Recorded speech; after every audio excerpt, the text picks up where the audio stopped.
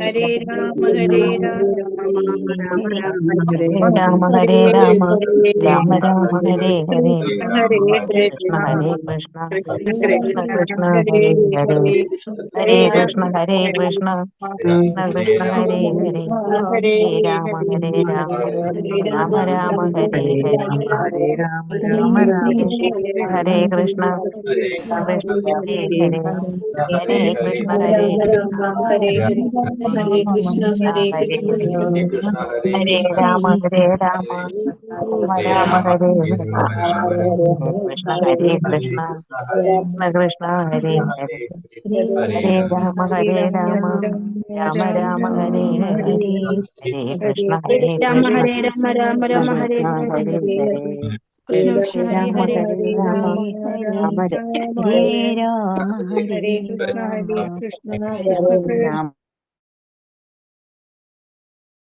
ഹരേ കൃഷ്ണ. ഹരേ കൃഷ്ണ. എല്ലാവർക്കും പ്രണാമം. ഹരേ കൃഷ്ണ. ഓം നമോ ഭഗവതേ വാസുദേവായ. ഓം നമോ ഭഗവതേ വാസുദേവായ. ഓം നമോ ഭഗവതേ വാസുദേവായ. ഓം ജ്ഞാനാഞ്ജനാശലാകയാ ചക്ഷുരുന്മീലിതം യേന തസ്മൈ ശ്രീ ഗുരവേ നമഃ. നമോ വിഷ്ണുപാദായ കൃഷ്ണപ്രേഷ്ഠായ ഭൂതലേ ശ്രീമതേ ഭക്തിവേദാന്ത സ്വാമിനിധി നാമിനെ. നമസ്തേ സാരസ്വതേ ദേവേ ഗൗരവാണി പ്രചാരിണേ നിർവിശേഷ ശൂന്യവാദി പാശ്ചാത്യ ദേശധാരിണേ.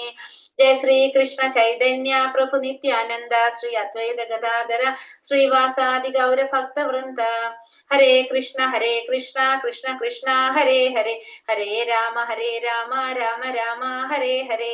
ഹരേ കൃഷ്ണ. ശ്രീ ശ്രീ രാധാ ഗോവിന്ദ് ടെമ്പിൾ ഇസ്കോൺ ബാംഗ്ലൂരിന്റെ 18 ദിവസത്തെ ഭഗവത്ഗീത ക്ലാസ്സിലേക്ക് എല്ലാവർക്കും സ്വാഗതം. ഹരേ കൃഷ്ണ. എല്ലാവർക്കും പ്രണാമം. ഹരേ കൃഷ്ണ. ഹരേ കൃഷ്ണ. എല്ലാവർക്കും പ്രണാമം. അപ്പൊ നമ്മള് അധ്യായം 10 വിഭൂതി യോഗം ഇന്ന് അല്ലെ 10ാമത്തെ അധ്യായം ഇന്ന് ആണോ? 10 ദിവസം ആവുന്നു നമ്മളെ ക്ലാസ് തുടങ്ങിയിട്ട് അല്ലെ. ഹരേ കൃഷ്ണ. ബോറടിയൊക്കെ തോന്നുന്നുണ്ടോ? ഇല്ല മാതാജി, ഇല്ല അല്ലെ, കുഴപ്പമില്ല. അപ്പൊ മനസ്സിലാകുന്നുണ്ട്, എന്തൊക്കെയോ അറിയുന്നുണ്ട് അല്ലെ, എന്തൊക്കെയോ കിട്ടിയിട്ടുണ്ട്. മാതാജിന്റെ ക്ലാസ് നല്ല ഇഷ്ടാ മാതാജിന്റെ ക്ലാസ്. ഹരേ കൃഷ്ണ മാതാജി. അപ്പൊ ഒരു പുകയുണ്ട് ഇപ്പൊ എല്ലാവർക്കും, മൊത്തം ഇല്ലെങ്കിലും. അപ്പൊ നമ്മള് ഹരേ കൃഷ്ണ മാതാജി. ഹരേ കൃഷ്ണ മാതാജി. ഇനി ബാക്കി നമുക്ക് അടുത്ത ലെവലിലും പഠിക്കാം. അപ്പൊ നമുക്ക് പിന്നെ ലെവൽ 4 പഠിക്കുന്നുണ്ട് ഭഗവത്ഗീത. അവിടെ നിങ്ങൾ ശരിക്കും പഠിക്കും. ലെവൽ 5 ഇത്രയും കൂടിയും പഠിക്കും. കുറെ പഠിക്കും നമ്മൾ. ഭഗവത്ഗീതയാണ് ഏറ്റവും കൂടുതൽ പഠിക്കുന്നത്. പഠിക്കുക മാത്രല്ല, നമ്മൾ അത് എന്തും വേണം പഠിച്ചിട്ട് പ്രാക്ടിക്കൽ ആക്കണം. അപ്പോഴേ കാര്യമുള്ളൂ. അല്ലാതെ നമ്മളിങ്ങനെ കുറെ അറിവൊക്കെ വെച്ച് നമ്മൾ പുസ്തകത്തിലൊക്കെ എഴുതി വെച്ചിട്ട് അത് അടച്ചു വെച്ചിട്ട് ഒരു കാര്യമില്ല. മാതാജി ലെവൽ 2 പഠിപ്പിക്കുന്നുണ്ടോ മാതാജി? ലെവൽ 2 മാതാജി പഠിപ്പിക്കും. നിങ്ങളെ വിടാണ്ട് പിടിക്കണമെങ്കിൽ എന്തായാലും ഇരിക്കാണ്ട് വഴിയില്ലല്ലോ. അപ്പൊ അതുകൊണ്ട് പഠിപ്പിക്കും എന്ന് വിചാരിക്കണു. അറിയില്ല ഇനി എങ്ങനെയാന്നുള്ളത്. നോക്കാം. അപ്പൊ നമ്മളിന്ന് അധ്യായം 10 വിഭൂതി യോഗം. അതിനു മുന്നേ ഇന്നലെ എടുത്ത അധ്യായം ഏതായിരുന്നു? ഇന്നലത്തെ അധ്യായം രാജവിദ്യ രാജഗുഹ്യ യോഗം. അതിനിടയ്ക്ക് ഒരു കാര്യം ചോദിക്കട്ടെ, ഇന്ന് എല്ലാവരും നാമം ജപിച്ചോ? കുറെ വർഷങ്ങളായിട്ട് അല്ല, ആദ്യമായിട്ട് ജപിക്കുന്നവര് തുടങ്ങിയോ? ഒരു മാല തുടങ്ങാൻ എല്ലാവരും ഒരു മാല ചെയ്യാൻ സാധിക്കുന്നുണ്ടോ എല്ലാവർക്കും? പറ്റുന്നു മാതാജി. ജപിക്കുന്നുണ്ട്. പുറത്തു പോകാൻ പറ്റിയിട്ടില്ല ഹോസ്റ്റലിന്, അതുകൊണ്ട് ജപിക്കുന്നുണ്ട്. മാല മേടിക്കാൻ പറ്റിയിട്ടില്ലെന്നല്ലേ? മാല മേടിക്കാൻ ഗ്യാപ്പ് കിട്ടിയിട്ടില്ല. ഗ്യാപ്പ് കിട്ടിയിട്ടില്ല മാല മേടിക്കാനായിട്ട്. നമ്പർ അമ്മയുടെ കയ്യിൽ ഒരെണ്ണമുണ്ട്. മേടിച്ച് ജപിക്കണ്ട. നമുക്ക് കിട്ടണ നമുക്ക് തന്നെ മേടിച്ചാൽ മതി. നമ്മൾ നാമം ജപിക്കുമ്പോ അതിന്റെ ഫലം നമുക്ക് കിട്ടാം. അപ്പൊ നമ്മൾ ഒരു മാലയും കൂടി മാതാജി, ഞാനേ ഇന്ന് എനിക്കൊരു തിരക്കുണ്ടായിരുന്നു. ഞാൻ ഇന്നൊന്ന് ഇറങ്ങിക്കോട്ടെ? സാരില്ല കേട്ടോ പ്രഭുജി. ഹരേ കൃഷ്ണ. പറഞ്ഞതിൽ സന്തോഷം. കുഴപ്പമില്ല കേട്ടോ. ഹരേ കൃഷ്ണ. പ്രണാമം പ്രഭുജി. അപ്പൊ നമ്മള് മാതാജി ക്ലാസ് കഴിഞ്ഞിട്ട് സമയം ഉണ്ടെങ്കിൽ തുളസിമാല ധരിക്കുന്നതിനെ പറ്റി ഒന്ന് പറഞ്ഞു തരണേ. ക്ലാസ് കഴിഞ്ഞിട്ട് സമയം മതി, ഒന്ന് ഓർമ്മിപ്പിച്ചാൽ മതി കേട്ടോ. പ്രളയത്തിനെ പറ്റിയും കൂടി ഒന്ന് പറയണേ. ആ സമയത്ത് തന്നെ ഓർമ്മിപ്പിക്കണം. ലൈവ് ഓഫ് ചെയ്യുന്നതിന് മുന്നേ തന്നെ ഓർമ്മിപ്പിക്കണം കേട്ടോ. ഓക്കെ. ഹരേ കൃഷ്ണ. അപ്പൊ നമ്മൾ ഇന്ന് അധ്യായത്തിലേക്ക് കടക്കാം. കുറെ കാര്യങ്ങളുണ്ട് അപ്പൊ നമുക്ക് ക്ലാസ് കഴിഞ്ഞിട്ടില്ലേ. അപ്പൊ നമുക്ക് തുടങ്ങാം. ഒമ്പതാമത്തെ പറഞ്ഞു എന്തെങ്കിലും മാതാജി? ഇല്ല. 9ാമത്തെ അധ്യായം ഏതായിരുന്നു? രാജവിദ്യ രാജഗുഹ്യയോഗം. നമ്മൾ 9ാമത്തെ അധ്യായം കണ്ടത് അല്ലെ. രാജവിദ്യ രാജഗുഹ്യ, എന്താ പറയാ, വിദ്യകളുടെ രാജാവും രഹസ്യങ്ങളിൽ വെച്ച് ഏറ്റവും രഹസ്യമായിട്ടുള്ളതും. എന്തായിരുന്നു അത്? ഭഗവാൻ പറഞ്ഞു കൊടുത്ത രഹസ്യം ഏതായിരുന്നു? ഭഗവാൻ പറഞ്ഞു കൊടുത്ത രഹസ്യം ഭഗവാൻ പറഞ്ഞു കൊടുത്തു അല്ലെ. ഭക്തിയുടെ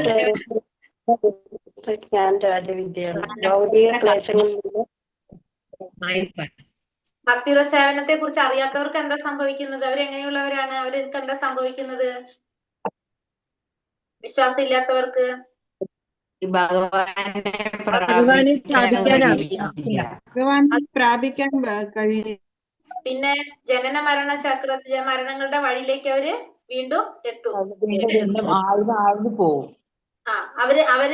അവര് ആരുടെ അധീനതയിലാണ്? അല്ലെങ്കിൽ അവരാരാണ് സംരക്ഷിക്കുന്നത്? ദേവന്മാരായോ? ബാഹ്യശക്തി ബഹിരംഗ ശക്തിയുടെ അധീനതയിലായിരിക്കും അവരല്ലേ. ഇനി ഭക്തിയുടെ സേവനത്തിൽ വിശ്വസിക്കുന്ന ഭഗവാന്റെ ഭക്തന്മാരെ, മഹാത്മാക്കൾ സംരക്ഷിക്കുന്നത് ആരാണ്? അവരെ കുടുംബത്തിന് സേവനത്തിൽ പോകുന്നു. അവരെന്റെ ഭഗവാന്റെ രാധാറാണി അല്ലെങ്കിൽ ഭഗവാന്റെ അന്തരംഗ ശക്തിയാണ് അവരെ സംരക്ഷിക്കുന്നത് പറഞ്ഞു അല്ലെ. പിന്നെ വേറെ നമ്മൾ പറഞ്ഞത് അങ്ങനെയുള്ള മറ്റേ മോഹിതരായവർ, അതായത് ഭക്തിയുടെ സേവനത്തില് ഇല്ലാത്തവർ, അതായത് ആസുരിക സ്വഭാവത്തിലുള്ളവര്, അവർക്ക് എന്താ സംഭവിക്കുന്നത്? അവര് മുക്തിക്ക് വേണ്ടി ചെയ്ത കർമ്മങ്ങളും ഫലോദിഷ്ട കർമ്മങ്ങളൊക്കെ അവരുടെ ജ്ഞാനം നേടിയതൊക്കെ അവരെന്തായിട്ട് പോകും? പാഴായിട്ട് പോകും അല്ലെ. അവർക്ക് അതിന്റെ ഫലം അവർക്ക് അനുഭവിക്കാനായിട്ട് സാധിക്കില്ല എന്ന് നമ്മൾ കണ്ടു. പിന്നെ വേറെ എന്താ നമ്മൾ പറഞ്ഞത് ഇന്നലെ?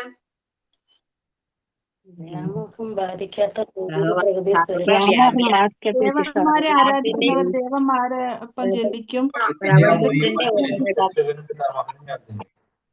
ദേവന്മാരെ ആരാധിക്കുന്നവര് ദേവന്മാരൊപ്പം ജനിക്കും. ഭൂതപ്രേത പിശാചികൾ ആരാധിക്കുന്നത് അവരോടൊപ്പം ജനിക്കും. ഭഗവാനെ ആരാധിക്കുന്നവർ ഭഗവാന്റെ കൂടെ ജീവിക്കും.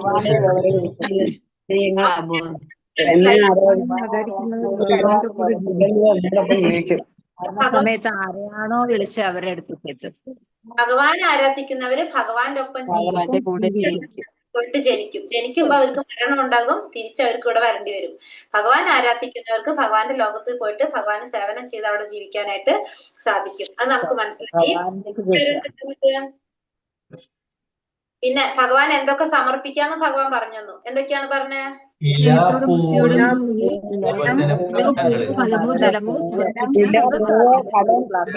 പുഷ്പം, ഫലം, തോയം. എങ്ങനെ സമർപ്പിക്കണം പറഞ്ഞത്? സ്നേഹത്തോടുകൂടി.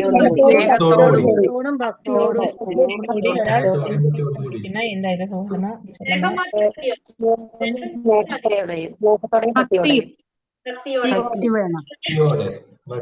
സ്നേഹത്തോടും കൂടി. ഭക്തിയോടും സ്നേഹത്തോടും കൂടി.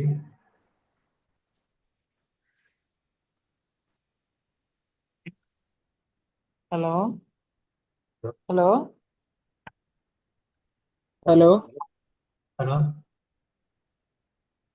കേൾക്കുന്നില്ലല്ലോ. വിട്ടുപോയോ? സജിയുടെ വീഡിയോ പോയെന്ന് തോന്നുന്നു. പറഞ്ഞില്ലായിരുന്നോ?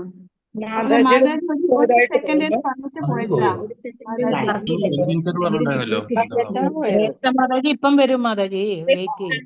ഒരു മിനിറ്റ്, ഒരു ഫോൺ അത്യാവശ്യം പറഞ്ഞിട്ടാ പോയെ. കേട്ടില്ല അപ്പൊ അവര് പറഞ്ഞത്. അത്യാവശ്യ കോളായുണ്ട് കേട്ടോ. ഹരേ കൃഷ്ണ, സോറി. അപ്പൊ നമ്മൾ എന്തൊക്കെ സമർപ്പിക്കാന്ന് പറഞ്ഞു? പത്രം, പുഷ്പം, ഫലം, തോയം. എങ്ങനെ സമർപ്പിക്കണം? ഭക്തിയോടും സ്നേഹത്തോടും കൂടി ഭഗവാൻ പറഞ്ഞത്. പിന്നെന്താ പറഞ്ഞത് ഭഗവാൻ? എന്ത് ചെയ്യുമ്പോഴും പിന്നെന്താണ്? സമർപ്പിച്ച് ചെയ്യണം.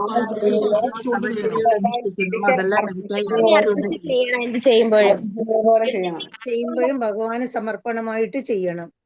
എന്തിനാണ് ഭഗവാൻ അങ്ങനെ പറഞ്ഞത്? എന്തിനു വേണ്ടിയിട്ടാണ്? നമ്മൾ ഒരിക്കലും ഭഗവാനെ മറക്കാതിരിക്കാൻ വേണ്ടിട്ട് അല്ലെ. ഭഗവാൻ ഓർക്കാൻ വേണ്ടിയിട്ടാണ് ഭഗവാൻ പറഞ്ഞത് നമ്മൾ എന്ത് ചെയ്യുമ്പോഴും ഭഗവാന് സമർപ്പിച്ച് ചെയ്യണം എന്നാണ് പറഞ്ഞത്. അപ്പൊ ഈ അധ്യായത്തില് നമ്മള് അങ്ങനെ പറഞ്ഞിട്ടാ നിൽക്കുന്നത് അല്ലെ. ഭഗവാൻ 34ാമത്തെ ശ്ലോകത്തിൽ പറഞ്ഞു. എന്നിട്ട് എന്ത് പറഞ്ഞു? എപ്പോഴും ഭഗവാനിൽ മനസ്സുറപ്പിക്കുക, ഭഗവാന്റെ ഭക്തനാകുക, ഭഗവാനെ ആരാധിക്കുകയും പ്രണമിക്കുകയും ചെയ്യണം. പിന്നെ എപ്പോഴും എന്നിൽ തന്നെ മുഴുകിയിരിക്കുന്നത് കൊണ്ട് തീർച്ചയായിട്ടും നിനക്ക് എന്നെ പ്രാപിക്കാൻ സാധിക്കും. അപ്പൊ ഭഗവാൻ പറഞ്ഞത് നീ എന്ത് ചെയ്യുമ്പോഴും എപ്പോഴും നീ എന്ത് ചെയ്യണം? എന്നെ ഓർക്കണം, എന്നെ സ്മരിച്ചിട്ട് വേണം, എന്നെ സ്മരിക്കണം. ഒരിക്കലും ഭഗവാനെ മറക്കരുതെന്നാണ് ഭഗവാൻ പറഞ്ഞത്. എപ്പോഴും ഓർത്തുകൊണ്ടിരിക്കുക, എപ്പോഴും ഭഗവാനെ ഓർക്കുക, ഒരിക്കലും ഭഗവാനെ മറക്കാതിരിക്കുക. അതാണ് നമ്മുടെ തത്വം. എപ്പോഴും ഭഗവാനെ ഓർക്കണം, ഒരിക്കലും ഭഗവാനെ മറക്കാതിരിക്കുക. അപ്പൊ ഇത് ചെയ്യാനായിട്ട് നമ്മൾ ഈ കലിയുഗത്തിലായതുകൊണ്ട് നമുക്ക് ഓർമ്മശക്തി എന്താണ് കുറച്ച് കുറവായിരിക്കും അല്ലെ. ബുദ്ധി ശക്തി, ഓർമ്മ ശക്തി ഇതൊക്കെ പൊതുവെ കലിയുഗത്തില് കുറച്ച് കുറവാണ്. അപ്പൊ നമുക്കിത് എപ്പോഴും സാധിക്കണമെന്നില്ല ഭഗവാൻ ഓർക്കാനായിട്ട്. ഇപ്പൊ നമുക്ക് എന്നറിയാം, നമ്മൾ ഈ ക്ലാസ് കഴിഞ്ഞ് നമ്മൾ ബുക്ക് അടച്ചിച്ച് പിന്നെ രാവിലെ പിറ്റുന്നാളാണ് നമുക്ക് ഓർമ്മ ഒന്ന് ക്ലാസ് ഉണ്ടല്ലോ അല്ലെ. അതുവരെ നമുക്ക് പിന്നെ ഭഗവാന് ഫ്രീ ആണ്. ഭഗവാൻ അത് ഇല്ലാതിരിക്കാൻ ഭഗവാൻ അടുത്ത അധ്യായം വിഭൂതി യോഗം, അടുത്തത് ഭഗവാൻ ഇപ്പൊ കഴിഞ്ഞ അധ്യായത്തിൽ നമ്മൾ ഓർമ്മപ്പെടുത്തിയത് അങ്ങനെയാണ്. എപ്പോഴും ഭഗവാൻ ഓർക്കണം, ഒരിക്കലും നമ്മൾ ഭഗവാനെ മറക്കരുത്. അപ്പൊ അതിന് ഭഗവാനെ തന്നെ അറിയത് നമുക്ക് ചെയ്യാൻ സാധിക്കില്ലെന്ന്. അപ്പൊ ഭഗവാൻ അതിന് വേണ്ടിയിട്ട് ആണ് നമ്മളെ ഈ വിഭൂതി യോഗത്തിൽ ഭഗവാൻ പറയുന്നത്. ഫസ്റ്റ് വിഭൂതി എന്ന് വെച്ചാൽ എന്താണെന്ന് നമുക്കറിയണം. വിഭൂതി എന്ന് വെച്ചാല് നമ്മൾ പറഞ്ഞു, കഴിഞ്ഞ അധ്യായത്തിൽ നമ്മൾ പറഞ്ഞു, അഥ ശ്രീകൃഷ്ണ നാമാതി ന ഭാവേത് ഗ്രാഹ്യം ഇന്ദ്രിയേഹി സേവോന്മുഖേഹി ജിഹ്വാത സ്വയമേവ സുരക്ഷിത. അതായത് ഭഗവാന്റെ നാമരൂപ ഗുണം ലീലകളൊക്കെ നമുക്ക് മനസ്സിലാകണമെങ്കിൽ എന്ത് വേണം? നമ്മുടെ ഇന്ദ്രിയങ്ങള് ഭക്തിയുത സേവനം ചെയ്ത് എന്താ പറയാ പരിശുദ്ധരായാല്, പരിശുദ്ധി ഉണ്ടെങ്കിൽ മാത്രമേ നമുക്ക് ഗ്രഹിക്കാൻ സാധിക്കുള്ളൂ, ഭഗവാനെ കുറിച്ച് ഗ്രഹിക്കാൻ സാധിക്കുള്ളൂ. അപ്പൊ എത്രത്തോളം നമ്മൾ ഭക്തിയുത സേവനമൊക്കെ ചെയ്ത് നമ്മളെ ഇന്ദ്രിയങ്ങള് പരിശുദ്ധമാകുന്നോ അത്രയും നമുക്ക് ഭഗവാനെ കുറിച്ച് മനസ്സിലാക്കാൻ സാധിക്കും. അല്ലെങ്കിൽ നമുക്ക് നമ്മളെ മുന്നിൽ ഭഗവാൻ വന്നു നിന്നാലും നമുക്ക് മനസ്സിലാകില്ല. അങ്ങനെയാണ് നമ്മുടെ ഇന്ദ്രിയങ്ങളുടെ ഒരു അവസ്ഥ. നമുക്ക് അറിയാനായിട്ട് സാധിക്കില്ല. നമ്മള് ഭൗതിക മാലിന്യങ്ങൾ, നമ്മൾ ഈ ഭൗതിക ലോകത്തിലാണ്, നമ്മൾക്ക് അത്യാവശ്യം മാലിന്യങ്ങളൊക്കെ നമുക്കുണ്ട്. അപ്പോ നമുക്ക് ഭഗവാനെ മനസ്സിലാക്കാനായിട്ട് ഈ ഭൗതിക പ്രപഞ്ചത്തില് ഭഗവാൻ എങ്ങനെയാണ് നിറഞ്ഞു നിൽക്കുന്നതെന്ന് നമ്മുടെ ഇന്ദ്രിയങ്ങൾ കൊണ്ട് ഗ്രഹിക്കാൻ സാധിക്കുക. അതാണ് ഈ വിഭൂതി എന്നതുകൊണ്ട് അർത്ഥാക്കുന്നത്. വിഭൂതി എന്ന് വെച്ചാല് നമ്മുടെ ഇന്ദ്രിയങ്ങൾക്ക് ഗ്രഹിക്കാൻ സാധിക്കുന്ന വിധത്തില്, നമ്മളിപ്പോ പറഞ്ഞില്ലേ ഭഗവാൻ മനുഷ്യനായിട്ട് വന്നു നിന്നാലും നമുക്ക് മനസ്സിലാവില്ല അത് ഭഗവാനാണെന്നുള്ളത്. അപ്പൊ നമ്മുടെ ഇന്ദ്രിയങ്ങൾക്ക് മനസ്സിലാകാവുന്ന വിധത്തിൽ ഭഗവാൻ എങ്ങനെയാണ് ഈ ഭൗതിക പ്രപഞ്ചത്തിൽ നിറഞ്ഞു നിൽക്കുന്നത്, അല്ലെങ്കിൽ ഭഗവാന്റെ പ്രതിനിധികളിലൂടെയാണ് ഭഗവാനെ നമുക്ക് മനസ്സിലാക്കാൻ സാധിക്കുന്നത്. അതാണ് എന്ത് വിഭൂതി എന്ന് പറയുന്നത്. അപ്പൊ വിഭൂതി എന്ന് വെച്ചാല് ഈ ഭൗതിക പ്രപഞ്ചത്തില് നമ്മുടെ ഇന്ദ്രിയങ്ങൾക്ക് മനസ്സിലാകാവുന്ന വിധത്തില് ഭഗവാനെ നമുക്ക് കാണാം. അതാണ് വിഭൂതി. എങ്ങനെ നമുക്ക് ഭഗവാനെ കാണാൻ സാധിക്കും? അതിനെയാണ് നമ്മൾ ഇത് പറയുന്നത് വിഭൂതി എന്ന് പറയുന്നത്. അതിന്റെ ചെറിയൊരു സൂചന നമുക്ക് 7ാമത്തെ അധ്യായത്തിൽ ഭഗവാൻ തന്നിട്ടുണ്ടായിരുന്നു. ജലത്തിലെ രസം അല്ലെ, സൂര്യചന്ദ്രന്മാരിലെ പ്രകാശം, പിന്നെന്താണ് ഓങ്കാരം, ഇതൊക്കെ നമ്മളോട് പറഞ്ഞിട്ടുണ്ടായിരുന്നു. അപ്പൊ ജലം കുടിക്കുമ്പോ ആ വെള്ളത്തിന്റെ ആ ടേസ്റ്റ് വരുമ്പോ നമുക്ക് ആര് ഓർമ്മ വരും? ഭഗവാൻ ഓർമ്മ വരും. ഭഗവാൻ എപ്പോഴും ഓർക്കാനല്ലേ ഭഗവാൻ പറഞ്ഞത്. അപ്പൊ നമ്മള് വെള്ളം കുടിക്കുമ്പോ നമ്മൾ ആ രസം, നമുക്കിപ്പൊ ഇനി വെള്ളം കുടിക്കുമ്പോ ആ രസം കിട്ടുമ്പോ നമുക്ക് മനസ്സിലാവും ആ ജലത്തിലെ രസം ഭഗവാനെ പ്രതിനിധീകരിക്കുന്നതാണ്. പിന്നെ സൂര്യചന്ദ്രന്മാരിലെ പ്രകാശം, സൂര്യനെ കാണുമ്പോഴും ചന്ദ്രനെ കാണുമ്പോഴും നമുക്ക് ഭഗവാൻ ഓർക്കാനായിട്ട് സാധിക്കും. അപ്പൊ വിഭൂതി എന്ന് പറഞ്ഞാൽ എന്താണെന്ന് മനസ്സിലായോ? നമ്മുടെ ഇന്ദ്രിയങ്ങൾക്ക് മനസ്സിലാക്കാൻ സാധിക്കുന്ന വിധത്തില് ഈ ഭൗതിക പ്രപഞ്ചത്തില് ഭഗവാനെ നമുക്ക് എങ്ങനെ കാണാൻ സാധിക്കും, അതാണ് വിഭൂതി എന്നതുകൊണ്ട് അർത്ഥമാക്കുന്നത്. ക്ലിയർ ആയോ? അപ്പൊ ഭഗവാന്റെ വിഭൂതികൾ എന്ന് പറഞ്ഞാൽ നമുക്ക് പറയാനടക്കം പറ്റില്ല, അത്രയേ ഉണ്ട്. പക്ഷെ എന്നാലും ഭഗവാൻ പ്രധാനപ്പെട്ടത് കുറച്ച് അർജുനന് പറഞ്ഞു കൊടുക്കാന്നാണ് ഇവിടെ പറയുന്നത്. ഈ അധ്യായം നോക്കുമ്പോ വലിയൊരു അധ്യായമാണ്, കുറേ ഉണ്ട്. പക്ഷെ ഇതില് വിഭൂതികളെ കുറിച്ച് പറയുമ്പോ ശ്ലോകം ഇല്ലാണ്ടാണ് ഇവിടെ നമുക്ക് പറഞ്ഞിരിക്കുന്നത്. കാരണം അല്ലെങ്കിൽ കുറേ പോകുമല്ലോ, അത് കാരണം കൊണ്ട്. ഹരേ കൃഷ്ണ. അപ്പൊ നമുക്ക് അധ്യായത്തിലേക്ക് പോകാം. അധ്യായം 10 വിഭൂതി യോഗം. ഹരേ കൃഷ്ണ. ഓം നമോ ഭഗവതേ വാസുദേവായ. ശ്രീ ഭഗവാനുവാച ഭൂയ ഏവ മഹാബാഹോ ശൃണു മേ പരമം വചഃ യത്തേഹം പ്രിയമാണായ വക്ഷ്യാമി ഹിതകാമ്യ. പരമദിവ്യോത്തമ പുരുഷൻ അരുളി ചെയ്തു, കൈക്കരുത്തുള്ള അർജുന, നീ എന്റെ സുഹൃത്തായതുകൊണ്ട് നിന്റെ നന്മയ്ക്കായി ഇനിയും ഞാൻ ജ്ഞാനം ഉപദേശിക്കാം. കേൾക്കൂ, ഇത് ഞാൻ നേരത്തെ ഉപദേശിച്ചതിലും ഉത്തമമായ ജ്ഞാനമാണ്. അപ്പൊ ഭഗവാനോട് അർജുനനോട് പറയാണ്, എന്താണ്? കൈക്കരുത്തുള്ള അർജുന, നിന്റെ നീ എന്റെ സുഹൃത്താണ് അല്ലെ, അതുകൊണ്ട് നിനക്ക് നന്മയ്ക്ക് വേണ്ടിയിട്ട് ഇനിയും ഞാൻ നിനക്ക് എന്ത് തരാം? ഈ ജ്ഞാനം പറഞ്ഞു തരാം. കാരണം ഇത് നേരത്തെ ഉപദേശത്തിനേക്കാളും ഉത്തമമായ ജ്ഞാനമാണ്. അപ്പൊ നീ എന്റെ സുഹൃത്താണ്, അതുകൊണ്ട് ഞാൻ ഇനിയും നിനക്ക് ഈ ജ്ഞാനം ഉപദേശിച്ചു തരാം, നീ അത് കേൾക്കൂ. ഇവിടെയും എന്താ പറയുന്നത്? കേൾക്കാൻ അർജുനനോട് പറയുന്നത് നീ കേൾക്കൂ, ഇത് നേരത്തെ ഉപദേശിച്ചതിനേക്കാളും ഉത്തമമായിട്ടുള്ള ജ്ഞാനമാണ് ഞാൻ നിനക്ക് പറഞ്ഞു തരുന്നത്, നീ അത് കേൾക്കൂ എന്നാണ് ഇവിടെ അർജുനനോട് ഭഗവാൻ പറയുന്നത്. നമേ വിദൂസുരഗണ പ്രഭവം ന മഹർഷയഃ അഹമാദിർഹി ദേവാനാം മഹർഷീണാം ച സർവശഃ. എന്റെ ഉൽപ്പത്തി, വിഭൂതി എന്നിവയെ പറ്റി ദേവന്മാർക്കോ ഋഷികൾക്കോ അറിഞ്ഞുകൂടാ. ഇനി പറയാണ്, എന്റെ ഉൽപ്പത്തിയെ കുറിച്ചോ വിഭൂതികളെ കുറിച്ചോ ദേവന്മാർക്കോ ഋഷിമാർക്കോ ഒന്നും അറിയില്ല. കാരണം എന്താണ്? ഏത് വിധത്തിലും അവരുടെ എല്ലാം ഉത്ഭവസ്ഥാനം ഞാനാണ്. അപ്പൊ ഇവരുടെ എല്ലാം ഉത്ഭവസ്ഥാനം ഞാനായതുകൊണ്ട് എന്റെ ഉൽപ്പത്തിയെ കുറിച്ചോ അതുപോലെ തന്നെ എന്റെ എന്താണ് പറഞ്ഞത്, വിഭൂതിയെ കുറിച്ചോ ദേവന്മാർക്കോ ഋഷികൾക്കോ ഒന്നും അറിയില്ല. കാരണം അവരെല്ലാം ആരിൽ നിന്നാണ് ഉത്ഭവിച്ചത്? ഭഗവാനിൽ നിന്ന് ഉത്ഭവിച്ചത്. അതുകൊണ്ട് ഭഗവാന്റെ വിഭൂതിയെ കുറിച്ചോ ഉൽപ്പത്തിയെ കുറിച്ചോ ഋഷിമാർക്കോ ദേവന്മാർക്കോ ഒന്നും അറിയില്ല. അതുകൊണ്ട് ഭഗവാൻ ദേവകി മാതാവിന്റെ മകനായിട്ട് അവതരിക്കുന്ന സമയത്ത് ഭഗവാൻ ശ്രീകൃഷ്ണ രൂപത്തിലാണ്, ഏത് രൂപത്തിലാണ് ഭഗവാനെ അറിയില്ല വരുന്നത് അല്ലെ. അപ്പൊ അത് കാണാനായിട്ട് സ്വർഗരാജ്യത്ത് നിന്ന് എല്ലാ ദേവന്മാരും താഴേക്ക് ഇറങ്ങി വന്നു എന്നാ പറയുന്നത് ഭഗവാനെ കാണാൻ വേണ്ടിട്ട്. നമ്മൾ ഈ കാണുന്ന പിക്ചർ നോക്കി അറിയാം അങ്ങനെ. പക്ഷെ ഭഗവാൻ ആദ്യം വരുന്നത് ഏത് രൂപത്തിലാണ്? നാരായണ രൂപത്തിലാണ് ആദ്യം വരുന്നത്, ജനിക്കുന്നത്. അങ്ങനെ അവതരിച്ചിട്ട് ദേവകി മാതാവ് പറയാണ്, എനിക്ക് 2 കൈകളുള്ള മനുഷ്യ ശിശുവായിട്ട് കാണണം എന്ന് പറയുമ്പോഴാണ് ഭഗവാൻ ശ്രീകൃഷ്ണ രൂപം കൈക്കൊള്ളുന്നത്. അപ്പൊ ഭഗവാന്റെ ഈ ശ്രീകൃഷ്ണ രൂപം കാണാനായിട്ടും വളരെ അപൂർവമായിട്ടുള്ളതാണ്. മാത്രമല്ല ഭഗവാന്റെ വിഭൂതികളെ കുറിച്ചും ഉൽപ്പത്തിയെ കുറിച്ചും ആർക്കും അറിയില്ല, ദേവന്മാർക്കും ഋഷിമാർക്കും ഒന്നും അറിയാൻ കൂടിയില്ല എന്നാണ് ഇവിടെ ഭഗവാൻ പറയുന്നത്. ഏതാം വിഭൂതി യോഗം ച മമ യോ വേത്തി തത്വദഃ സോവികൽപേന യോഗേന യുച്യതേനാത്ര സംശയഃ. എന്റെ വിഭൂതികളും യോഗാശക്തിയും എന്തെന്ന് ശരിയായി ബോധ്യപ്പെട്ടവർ കലർപ്പില്ലാത്ത ഭക്തിയുടെ സേവനത്തിൽ മുഴുകുന്നു, ഇതിന് യാതൊരു സംശയവുമില്ല. അപ്പൊ ഭഗവാന്റെ വിഭൂതികളെ കുറിച്ചും യോഗാശക്തികളെ കുറിച്ചൊക്കെ ശരിയായി ബോധ്യപ്പെട്ടവർ, അതായത് ഭഗവാനെ ശരിയായ രീതിയിൽ തത്വത്തില് ശരിയായ അർത്ഥത്തിൽ ഭഗവാനെ മനസ്സിലാക്കിയവർക്ക് എന്ത് സാധിക്കും? കലർപ്പില്ലാത്ത ഭക്തിയുടെ സേവനത്തിൽ മുഴുകാനായിട്ട് സാധിക്കും. അതിന് യാതൊരു സംശയമില്ല. അപ്പൊ ഭഗവാനെ ശരിയായ അർത്ഥത്തില്, ഭഗവാൻ പരമദിവ്യോത്തമ പുരുഷനാണ്, എല്ലാതും ഭഗവാന്റെ നിയന്ത്രണത്തിലാണ്, എല്ലാത്തിന്റെയും അധിപൻ ഭഗവാനാണ്, ഭഗവാന്റെ അംശമാണ് നമ്മൾ എല്ലാവരും എന്നൊക്കെ മനസ്സിലാക്കുന്ന ഒരു വ്യക്തിക്ക് എന്ത് സാധിക്കും? കലർപ്പില്ലാതെ ഭക്തിയുടെ സേവനത്തിൽ മുഴുകാനായിട്ട് സാധിക്കും. കാരണം പരമമായ ധർമ്മം എന്താണ്? ഭഗവാനെ സേവനം ചെയ്യാന്നുള്ളതാണെന്ന് മനസ്സിലാക്കുന്ന ഒരു വ്യക്തിക്ക് കലർപ്പില്ലാതെ ഭക്തിയുടെ സേവനത്തിൽ മുഴുകാനായിട്ട് സാധിക്കും. ഇനി 8ാമത്തെ ശ്ലോകം തൊട്ട് 8, 9, 10, 11 4 ശ്ലോകങ്ങള് ഭഗവത്ഗീതയില് ചതുശ്ലോകി ഭഗവത്ഗീത എന്നാണ് അറിയപ്പെടുന്നത്. ഈ 4 ശ്ലോകങ്ങള് ഇത് ഭഗവത്ഗീതയുടെ അന്തസത്ത അല്ലെങ്കിൽ അകക്കാമ്പ് എന്നൊക്കെ പറയും. അങ്ങനെയാണ് ഈ 4 ശ്ലോകങ്ങൾ അറിയപ്പെടുന്നത്. 8, 9, 10, 11 4 ശ്ലോകം ചതുശ്ലോകി ഭഗവത്ഗീത എന്നറിയപ്പെടുന്നു. ഈ 4 ശ്ലോകങ്ങള് ഭഗവത്ഗീതയുടെ അകക്കാമ്പ് അല്ലെങ്കിൽ എന്താ പറയാ, അകക്കാമ്പ് എന്ന് പറയാം, അന്തസത്ത എന്ന് നമുക്ക് പറയാം. ഈ 4 ശ്ലോകങ്ങൾ. അപ്പൊ അതില് ഫസ്റ്റ് ശ്ലോകത്തിൽ എന്താ പറയുന്നത്? അഹം സർവസ്യ പ്രഭവോ മത്ത സർവം പ്രവർത്തതേ ഇതി മത്വാ ഭജന്തേ മാം ബുധാ ഭാവാ സമന്വിതഃ. ഭൗതിക ആധ്യാത്മിക ലോകങ്ങളുടെ ഉറവിടം ഞാനാണ്, എല്ലാം എന്നിൽ നിന്നാണ് ഉണ്ടായത്, ഇത് പൂർണ്ണമായി അറിയുന്ന ബുദ്ധിമാന്മാർ എന്റെ സേവനത്തിൽ ഏർപ്പെടുകയും എന്നെ ഉള്ളഴിഞ്ഞ് ആരാധിക്കുകയും ചെയ്യുന്നു. ഇവിടെ എന്താ പറഞ്ഞ? ഫസ്റ്റ് പറയണത് ഭൗതിക ലോകത്തിന്റെയും ആധ്യാത്മിക ലോകത്തിന്റെയും ഉറവിടം ഞാനാണ്, എല്ലാം എന്നിൽ നിന്നാണ് ഉണ്ടായത്. ഇത് പൂർണ്ണമായിട്ട് മനസ്സിലാക്കുന്ന ബുദ്ധിമാന്മാര് ഭഗവാന്റെ സേവനത്തിൽ ഏർപ്പെടുകയും ചെയ്യും, ഭഗവാനെ ഉള്ളഴിഞ്ഞ് ആരാധിക്കുകയും ചെയ്യും. ഇപ്പൊ ഫസ്റ്റ് പറയുന്നത് എന്താണ്? നമ്മൾ പറഞ്ഞില്ല, ഈ 4 ശ്ലോകം ഭഗവത്ഗീതയുടെ അകക്കാമ്പ് അന്തസത്ത എന്നാണ് അറിയപ്പെടുന്നത്. ഇതിൽ ആദ്യം പറയണത് ഭൗതിക ലോകത്തിന്റെയും ആധ്യാത്മിക ലോകത്തിന്റെയും ഉറവിടം ഭഗവാനാണ്, എല്ലാം ഭഗവാനിൽ നിന്ന് തന്നെയാണ് ഉണ്ടായിട്ടുള്ളത്. ഇത് പൂർണ്ണമായിട്ട് മനസ്സിലാക്കുന്ന ബുദ്ധിമാന്മാർ അവരെന്ത് ചെയ്യും? ഭഗവാന്റെ സേവനത്തിൽ ഏർപ്പെടും, ഭഗവാനെ ഉള്ളഴിഞ്ഞ് ആരാധിക്കുകയും ചെയ്യും എന്നാണ് ഫസ്റ്റ് പറയുന്നത്.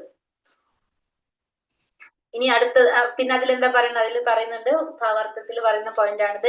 നാരായണാത് ബ്രഹ്മജായതേ നാരായണാത് പ്രജാപതി പ്രജായതേ നാരായണാത് ഇന്ദ്രോ ജായതേ നാരായണാത് അഷ്ടവസുവോ ജായതേ നാരായണാത് ദ്വാദശ രുദ്രാജായന്തേ നാരായണ ദ്വാദശാദിത്യ. അതായത് നാരായണിൽ നിന്ന് ബ്രഹ്മാവ് ജനിച്ചു, നാരായണിൽ നിന്ന് പ്രജാപതികൾ ജനിച്ചു, നാരായണിൽ നിന്ന് ഇന്ദ്രൻ ജനിച്ചു, നാരായണിൽ നിന്ന് 8 വസുക്കൾ ജനിച്ചു, നാരായണിൽ നിന്ന് 11 രുദ്രന്മാര് ജനിച്ചു, നാരായണിൽ നിന്ന് 12 ആദിത്യന്മാര് ജനിച്ചു. അപ്പൊ ഈ നാരായണൻ ആരാണ്? കൃഷ്ണൻ, ഭഗവാൻ കൃഷ്ണന്റെ രൂപവിസ്തരണമാണ് നാരായണൻ. അപ്പൊ എല്ലാവരും നാരായണൻ നിന്നാണ് ജനിച്ചത്. ഈ നാരായണൻ എന്ന് പറയുന്നത് ആരാണ്? ഭഗവാൻ കൃഷ്ണന്റെ രൂപവിസ്തരണമാണ് നാരായണൻ എന്ന് പറയുന്നത്. നാരായണൻ നിന്നാണ് ബ്രഹ്മാവ് ജനിച്ചതും പ്രജാപതികൾ ജനിച്ചതും ഇന്ദ്രനും 8 വസുക്കളും 11 രുദ്രന്മാരും 12 ആദിത്യന്മാരും എല്ലാവരും ജനിച്ചത്. മാതാജി, ഞാനൊന്ന് എക്സിറ്റ് ചെയ്തോട്ടെ. ഞാനിപ്പോ വന്ന് കേറിയതേ ഉള്ളൂ. ഞാൻ നാളെ രാവിലെ അറ്റൻഡ് ചെയ്തോളാം. ഓക്കെ മാതാജി.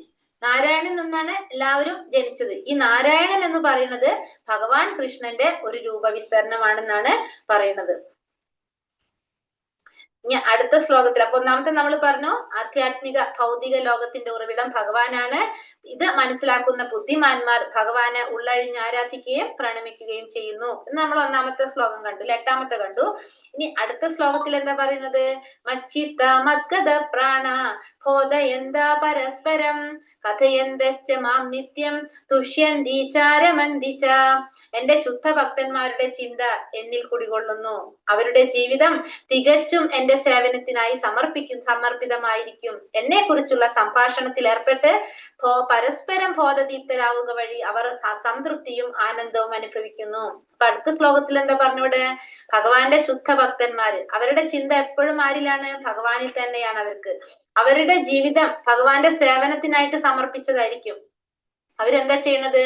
പരസ്പരം അവർ തമ്മിൽ കാണുമ്പോ അവരെന്ത് ചെയ്യാണ്? ഭഗവാനെ കുറിച്ചുള്ള സംഭാഷണത്തിലാണ് അവർ ഏർപ്പെടുന്നത്. അങ്ങനെ അവർക്ക് എന്ത് സാധിക്കാണ്? പരസ്പരം ബോധദീപ്തരാവാനായിട്ട്, അവരുടെ ബോധം ദീപ്തമാകാനായിട്ട് അല്ലെ, പ്രകാശിതമാകാനും അതുവഴി അവർക്ക് എന്ത് കിട്ടും? ആനന്ദവും സംതൃപ്തിയും അനുഭവിക്കാനും സാധിക്കും. അപ്പൊ ഭഗവാന്റെ ശുദ്ധ ഭക്തന്മാരുടെ ചിന്ത എപ്പോഴും എങ്ങനെയാണ്? ഭഗവാനിൽ തന്നെ കുടികൊള്ളാണ് ഭഗവാന്റെ ശുദ്ധ ഭക്തന്മാരുടെ ചിന്ത. അവര് പരസ്പരം കാണുമ്പോ ഭഗവാനെ കുറിച്ചുള്ള, ഭഗവാന്റെ നാമ രൂപ ഗുണം ലീലകള് ഇതിനെ കുറിച്ചുള്ള സംഭാഷണത്തിൽ ഏർപ്പെടുമ്പോ അവർക്ക് തമ്മിൽ എന്ത് കിട്ടും? അവർക്ക് പരമാനന്ദം അനുഭവിക്കാനും സാധിക്കും, അവരുടെ ബോധം പ്രകാശമാനമാക്കാനും സാധിക്കും. അപ്പൊ രണ്ടാമത്തെ പറയുന്നത് ഏതാണ്? ഭഗവാന്റെ ശുദ്ധ ഭക്തന്മാരുടെ ചിന്ത എപ്പോഴും ഭഗവാനിൽ തന്നെ കുടികൊള്ളും, അവരുടെ ജീവിതം ഭഗവാന്റെ സേവനത്തിനായിട്ട് സമർപ്പിതമായിരിക്കും.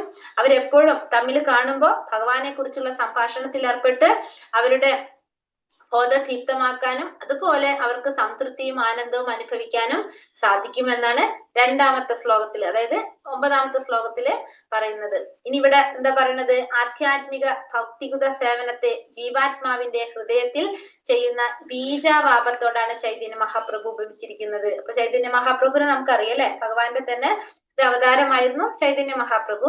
അപ്പൊ ആധ്യാത്മിക ഭക്തിയുടെ സേവനത്തെ, അപ്പൊ ഭക്തിയുടെ സേവനത്തെ എന്തിനോടാണ് ഉപമിച്ചിരിക്കുന്നത്? ജീവാത്മാവിന്റെ ഹൃദയത്തിൽ പെയ്യുന്ന ഒരു ബീജാവാപത്തോട്, ഒരു ബീജത്തിനോടാണ് ചൈതന്യ മഹാപ്രഭു ഉപമിച്ചിരിക്കുന്നത്. ഈ വിശ്വയുഗത്തിലെ ഗ്രഹയൂഥത്തിലൂടെ സഞ്ചരിച്ചു കൊണ്ടിരിക്കുന്ന ജീവസത്തകൾക്ക് എണ്ണമില്ല. അപ്പൊ നമുക്കറിയാം ഈ വിശ്വത്തില് ഈ ഗ്രഹയൂഥത്തിലൂടെ സഞ്ചരിക്കുന്ന ജീവാത്മാക്കൾക്ക് ഒരിക്കലും എണ്ണമില്ല. അവരിൽ കുറച്ചു പേര് മാത്രമേ എങ്ങനെ ഉണ്ടാകുന്നുള്ളൂ? ശുദ്ധഭക്തനെ കണ്ടുമുട്ടാനും അങ്ങനെ ഭക്തിയുടെ സേവനത്തെ കുറിച്ച് അറിയാനും ഭാഗ്യം ഉണ്ടാകാറുള്ളൂ. പക്ഷെ ഇത്രയും ജീവാത്മാക്കൾ ഉണ്ടായാലും എല്ലാവർക്കും എന്തിനു സാധിക്കുന്നില്ല? ഒരു ശുദ്ധഭക്തനെ കണ്ടുമുട്ടാനും ഭക്തിയുടെ സേവനത്തെ കുറിച്ച് അറിയാനുള്ള ഭാഗ്യം ഉണ്ടാകാറില്ല. എല്ലാവർക്കും സാധിക്കില്ല, വളരെ കുറച്ചു പേർക്ക് മാത്രമേ അതിന് സാധിക്കുന്നുള്ളൂ. ഒരു വിത്ത് പോലെയാണ് ഈ ഭക്തിയുടെ സേവനം. ഈ ഭക്തിയുടെ സേവനം എന്ന് പറഞ്ഞാൽ എന്താണ്? ഒരു വിത്ത് പോലെയാണത്. ആ ജീവാത്മാവിന്റെ ഹൃദയത്തില് ആ ബീജം നട്ടു കഴിഞ്ഞാല്, ആ വിത്ത് നട്ടു കഴിഞ്ഞാൽ അതിനെ നമ്മൾ എന്ത് ചെയ്യണം? ഹരേ കൃഷ്ണ മഹാമന്ത്രം, ഹരേ കൃഷ്ണ കൃഷ്ണ കൃഷ്ണ ഹരേ ഹരേ, ഹരേ രാമ രാമ രാമ ഹരേ ഹരേ എന്ന മന്ത്രോച്ചാരണം ചെയ്തുകൊണ്ട് കേട്ടുകൊണ്ടിരുന്നാൽ അത് തന്നെ മുളച്ചു വരും. അപ്പൊ നമ്മളെ ഉള്ളില് ഒരു ഭക്തിയുടെ സേവനത്തിന്റെ ഒരു വിത്ത്, ഒരു ബീജം നമ്മൾ നടാണ്. അത് നട്ടു കഴിഞ്ഞ് നമ്മൾ എന്ത് ചെയ്യണം? ഹരേ കൃഷ്ണ മഹാമന്ത്രം ആകുന്ന വെള്ളം ഒഴിച്ചുകൊണ്ടിരിക്കണം അല്ലെ. അത് നമ്മൾ ഒഴിച്ചുകൊണ്ടിരുന്നാൽ എന്ത് സംഭവിക്കും? ആ വിത്ത് തന്നെത്താനെ മുളച്ചു വരും. അപ്പൊ ആ വിത്ത് പതിവായി നനച്ചുകൊണ്ടിരുന്നാൽ എന്നതുപോലെ ഭക്തിരസേവനത്തിന്റെ ആധ്യാത്മികമായ ചെടിയും ക്രമേണ വളർന്ന് ഭൗതിക ലോകത്തിന്റെ തോട് തുളച്ച് പരവ്യോമത്തിലെ ബ്രഹ്മജ്യോതിസോളെത്തും. അപ്പൊ അത് നമ്മളെ ഉള്ളിലാണ് ആ ബീജ് നടുന്നത്. അപ്പൊ നമ്മൾ എവിടെയാണ്? ഭൗതിക ലോകത്തിലാണ്. ഈ ഭൗതിക ലോകത്തിൽ നിന്ന് അപ്പൊ നമ്മൾ നിൽക്കുന്ന ഈ ഭൂലോകത്തില് നമ്മുടെ ഉള്ളിൽ ആ ബീജം നട്ടു. നമ്മുടെ ഉള്ളില് നമ്മൾ അത് നനച്ചുകൊണ്ടിരിക്കുമ്പോ അത് വിത്ത് വളർന്ന് വളർന്ന് വലുതാവും. അപ്പൊ അതെങ്ങനെ ഒരു ചെടിയായിട്ട് അത് വളർന്നിട്ട് ഈ ഭൗതിക ലോകം കവർ ചെയ്തു. അത് എവിടേക്ക് പോയി? പരവ്യോമം. പരവ്യോമം എന്ന് വെച്ചതാണ് പരവ്യോമത്തിലെ ബ്രഹ്മജ്യോതിസിൽ. ആദ്യം ബ്രഹ്മജ്യോതിസിലെത്തും, പിന്നെ വൈകുണ്ഠ ലോകങ്ങളിലെത്തും. അത് കഴിഞ്ഞിട്ട് അവിടെ നിന്ന് എങ്ങോട്ട് പോകും? പരവ്യോമത്തിലും അത് വളർന്ന് ഗോലോക വൃന്ദാവനം എന്ന പേരുള്ള കൃഷ്ണന്റെ സർവോത്കൃഷ്ട ലോകത്തെത്തും. അത് കഴിഞ്ഞിട്ട് അവിടേക്ക് എത്തും, ഭഗവാന്റെ ലോകത്തിലേക്ക് എത്തും. അവസാനം അത് കൃഷ്ണന്റെ പാതാരവിന്ദങ്ങളെ ആശ്രയിച്ച് വിശ്രമിക്കുകയും ചെയ്യുന്നു. ഈ വിധത്തിൽ ഒരു വൃക്ഷത്തിന് സാധാരണ ഒരു വൃക്ഷത്തിന് പൂക്കളും കായ്കളും ഉണ്ടാകുന്നത് പോലെ തന്നെ ഈ ഭക്തിരസേവനമാകുന്ന ലതയും പൂക്കുകയും കായ്ക്കുകയും ചെയ്യും. അപ്പോഴും നമ്മൾ എന്ത് ചെയ്തുകൊണ്ടിരിക്കണം? ശ്രവണ കീർത്തനങ്ങളാലുള്ള ജവത്സേചനം തുടർന്ന് പോരണം. ചൈതന്യ ചരിതാമൃതത്തില് ഈ ലതയെ കുറിച്ച് വിവരിച്ചിട്ടുണ്ട്. അപ്പൊ ഈ ഒരു എന്ത് മാതാജി? പറയൂ മാതാജി. ഒരു മിനിറ്റ് പറയാം. ഹരേ കൃഷ്ണ. ഇപ്പൊ നമ്മളിപ്പോ പറഞ്ഞത് എന്താണ്? ഹരേ കൃഷ്ണ മഹാമന്ത്രത്തിന്റെ ഒരു ബീജ് നമ്മള് നമ്മുടെ ഹൃദയത്തിൽ അല്ലെ, നമ്മുടെ ഉള്ളിൽ നമ്മൾ നട്ടു അല്ലെ. നമ്മൾ എവിടെയാ നിൽക്കുന്നത്? ഭൂലോകത്ത് അല്ലെ. ഭൂലോകത്താണ് നമ്മൾ നിൽക്കുന്നത്. അപ്പൊ നമ്മളെ ഉള്ളിൽ എന്ത് നട്ടു? ഒരു വിത്ത് നട്ടു. അപ്പൊ ഇവിടെ ഭൂലോകത്തിന്റെ നേരെ നോക്കിയ ഒരു ഹരേ കൃഷ്ണ മഹാമന്ത്രത്തിന്റെ ഒരു വെള്ള ലൈൻ കാണുന്നുണ്ടോ? ഹരേ കൃഷ്ണ കൃഷ്ണ കൃഷ്ണ ഹരേ ഹരേ, ഹരേ രാമ രാമ രാമ ഹരേ ഹരേ എന്ന് എഴുതിയിട്ട് കാണുന്നുണ്ടോ നിങ്ങള്? ഒരു വര പോലെ അല്ലെങ്കിൽ ഒരു എഴുത്ത് കാണുന്നുണ്ടോ? നിങ്ങൾക്ക് മനസ്സിലാവുന്നുണ്ടോ? അവിടെ സൂക്ഷിച്ചു നോക്കിയേ, കാണുന്നുണ്ടോ? വളഞ്ഞിങ്ങനെ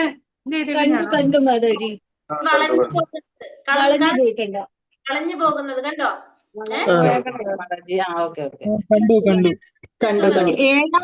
ഏഴാമത്തേതിലൂടെയല്ലേ മാതാജി? ഏഴാമത്തേതിലൂടെ അങ്ങനെയല്ലേ നമ്മൾ നിൽക്കുന്നത്? നമ്മൾ ഭൂമിയിലല്ലേ? ടച്ച് ചെയ്ത് പോയാലോ മാതാജി? ആ മഴവില്ല് പോലെ നിൽക്കുന്ന ഈ കോട ഇവിടെ വന്ന് താഴേക്ക് ഇറങ്ങിയതല്ലേ? അതെ, താഴേക്കല്ല മുകളിലേക്ക് പോണ്. കാണിച്ചു. അപ്പൊ ഇവിടെ നമ്മൾ കാണാം. അപ്പൊ നമ്മള് ഈ ഭൂമിയിൽ നിന്നിട്ടാണ് നമ്മൾ എന്ത് ചെയ്യുന്നത്? നമ്മുടെ ഉള്ളിലേക്ക് ആ ഭക്തിരസേവനത്തിന്റെ ബീജം നടുന്നത് അല്ലെ. അപ്പൊ അത് മുളയ്ക്കാണ്. അത് മുളച്ചപ്പോ ഈ ഫസ്റ്റ് തന്നെ ഭൗതിക ലോകത്തിന്റെ തോട് തുളച്ചിട്ട് എവിടേക്ക് എത്തിയത്? ഇവിടേക്ക് എത്തി. ഈ വെളുത്ത് കാണുന്നതാണ് എന്ത്? ഈ ബ്രഹ്മജ്യോതി. വെളുത്ത് കാണുന്നത് ബ്രഹ്മജ്യോതി. കണ്ടവിടെ എഴുതി കാണിക്കുന്ന ബ്രഹ്മജ്യോതി. അപ്പൊ ഈ ബ്രഹ്മജ്യോതിയിലേക്ക് എത്തി. ബ്രഹ്മജ്യോതിയിൽ നിന്ന് ഇപ്പോഴും കാണുന്നില്ല നിങ്ങളത്? ആ ബ്രഹ്മജ്യോതിയിൽ നിന്ന് എവിടേക്ക് എത്തി? വൈകുണ്ഠ ലോകത്തിലേക്ക് എത്തി. പരവ്യോമം എന്ന് പറയുന്നത് വൈകുണ്ഠ ലോകങ്ങളിലേക്ക് എത്തി. എന്നിട്ടും അതെന്ത് ചെയ്തുകൊണ്ടിരിക്കുകയാണ്? അത് ഇവിടെ നിന്ന് വീണ്ടും വന്ന് അത് എവിടേക്ക് എത്താണ്? ഭഗവാന്റെ ഗോലോക വൃന്ദാവനത്തിലേക്ക് എത്തി. കണ്ടോ? ഭഗവാന്റെ പാതാരവിന്ദങ്ങളിലെത്തി. കണ്ടോ? അപ്പൊ എന്തിനു മാത്രമാണ് ഇത് പോവാൻ സാധിക്കുന്നത്? ഇതേപോലെ പോവാൻ ആർക്കെങ്കിലും പറ്റുമോ? അപ്പൊ ഹരേ കൃഷ്ണ മഹാമന്ത്രത്തിന്, ഭഗവാന്റെ നാമത്തിന് എന്ത് സാധിക്കാണ്? ഈ ഭൗതിക ലോകത്തുനിന്ന് എവിടെയാണ് നിൽക്കുന്നത്? ഗോലോക വൃന്ദാവനത്തിലേക്ക് പോകാനായിട്ട് സാധിക്കുന്നത്. ഇപ്പൊ മനസ്സിലായോ? മനസ്സിലായി മാതാജി. മനസ്സിലായി. ക്ലിയർ ആയോ? ഇപ്പൊ രണ്ടാമത് പറഞ്ഞവർക്ക് ക്ലിയർ ആയോ? മനസ്സിലായി. ഹരേ കൃഷ്ണ. അപ്പൊ അതാണ് നമ്മളിപ്പോ പറഞ്ഞ ഏത് ആ ബീജം നട്ടാല് നമ്മുടെ ഉള്ളില് അതിനെന്താണ്? ഹരേ കൃഷ്ണ മഹാമന്ത്രം കൊണ്ട് നമ്മൾ വെള്ളം ഒഴിക്കുമ്പോ എന്ത് സംഭവിക്കുകയാണത്? അതിങ്ങനെ വളർന്നു വലുതായി ഇത് നമ്മുടെ ഭൗതിക ലോകത്തിന്റെ തോടും തുളച്ച് പരവ്യോമത്തിലും വളർന്ന് അത് കഴിഞ്ഞിട്ട് ഗോലോക വൃന്ദാവനത്തില് ഭഗവാന്റെ പാദത്തിലെത്തും അല്ലെ. അപ്പോഴും നമ്മൾ എന്ത് ചെയ്തുകൊണ്ടിരിക്കണം? ഈ ശ്രവണ കീർത്തനം നമ്മൾ ചെയ്തുകൊണ്ടേയിരിക്കണം. ഇപ്പൊ 2 ശ്ലോകം കണ്ടു. മൂന്നാമത്തെ എന്താ പറയണത്? തേഷാം സതത യുക്താനാം ഭജതാം പ്രീതിപൂർവകം ദദാമി ബുദ്ധിയോഗം മാമോപയാന്തി തേ. എന്താ ഇവിടെ പറയുന്നത്? നീ പ്രേമഭക്തിയോടെ എന്നെ സദാ ആരാധിക്കുന്നവർക്ക് എന്നെ പ്രാപിക്കാൻ ഉതകുന്ന ബുദ്ധിവിശേഷം ഞാൻ നൽകും. പിന്നെ അടുത്ത ശ്ലോകത്തിൽ ഭഗവാൻ പറയാണ്, ആരാണോ പ്രേമഭക്തിയോടെ എന്നെ സദാ ആരാധിക്കുന്നവര് അവർക്ക് എന്നെ പ്രാപിക്കാൻ ഉതകുന്ന ബുദ്ധി വിശേഷം ഞാൻ നൽകുക. അപ്പൊ ഭഗവാനെ പ്രാപിക്കാൻ ആഗ്രഹിക്കുന്നവർക്ക് വേണ്ട ബുദ്ധി നൽകുന്ന ഭഗവാൻ പറയുന്നത്. അപ്പൊ നമ്മളിപ്പോ ഈ ഭഗവത്ഗീത ക്ലാസ്സിൽ ഇരുന്നിട്ട് നമ്മൾ വിചാരിക്കും നമുക്ക് ഓർമ്മയില്ല, നമുക്കൊരു ബുദ്ധിയില്ല, നമുക്ക് എങ്ങനെയാണ് പരീക്ഷ എഴുതാൻ പറ്റാന്ന്. പക്ഷെ നമ്മള് ഭക്തിയോടെ ഭഗവാനെ ആരാധിക്കുക. നമ്മളിവിടെ ഭഗവത്ഗീത പഠിക്കുമ്പോ ഭഗവാൻ പറയുന്നുണ്ട് 18ാമത്തെ അധ്യായത്തില് ബുദ്ധി കൊണ്ട് ഭഗവാൻ ആരാധിക്കുകയാണെന്ന്. നമ്മൾ ബുദ്ധി കൊണ്ട് ഭഗവാൻ ആരാധിക്കുകയാണെന്ന് ഭഗവാൻ പറയുന്നുണ്ട്. ഈ ബുദ്ധി ആരാണ് തരുന്നത്? ഭഗവാൻ തന്നെ നമുക്ക് നൽകും. നമുക്ക് ഒന്നും ചെയ്യേണ്ട ആവശ്യമില്ല.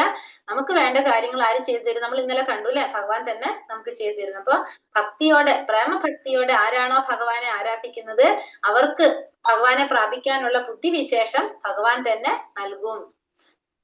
വിശ്വാസിനായ ആധ്യാത്മിക ഗുരു ഉണ്ടായാലും ഒരു ആധ്യാത്മിക സംഘടനയിൽ ഉൾപ്പെട്ടാലും ശരി, മുന്നേറാൻ ഉതകുന്ന ബുദ്ധിശക്തി ഒരാൾക്ക് ഇല്ലെങ്കിൽ അയാൾക്ക് കൃഷ്ണൻ അന്തര്യാമിയായിരുന്ന ഉപദേശങ്ങൾ നൽകുന്നു. അപ്പൊ ഒന്നും കൂടി നമുക്കത് ക്ലിയർ ആക്കി തരാണ് ഇവിടെ.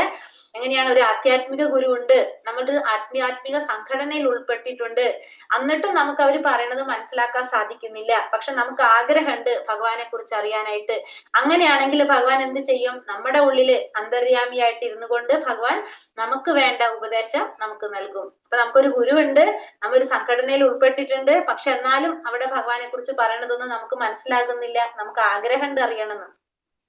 അങ്ങനെയാണെങ്കിൽ ഭഗവാൻ എന്ത് ചെയ്യും?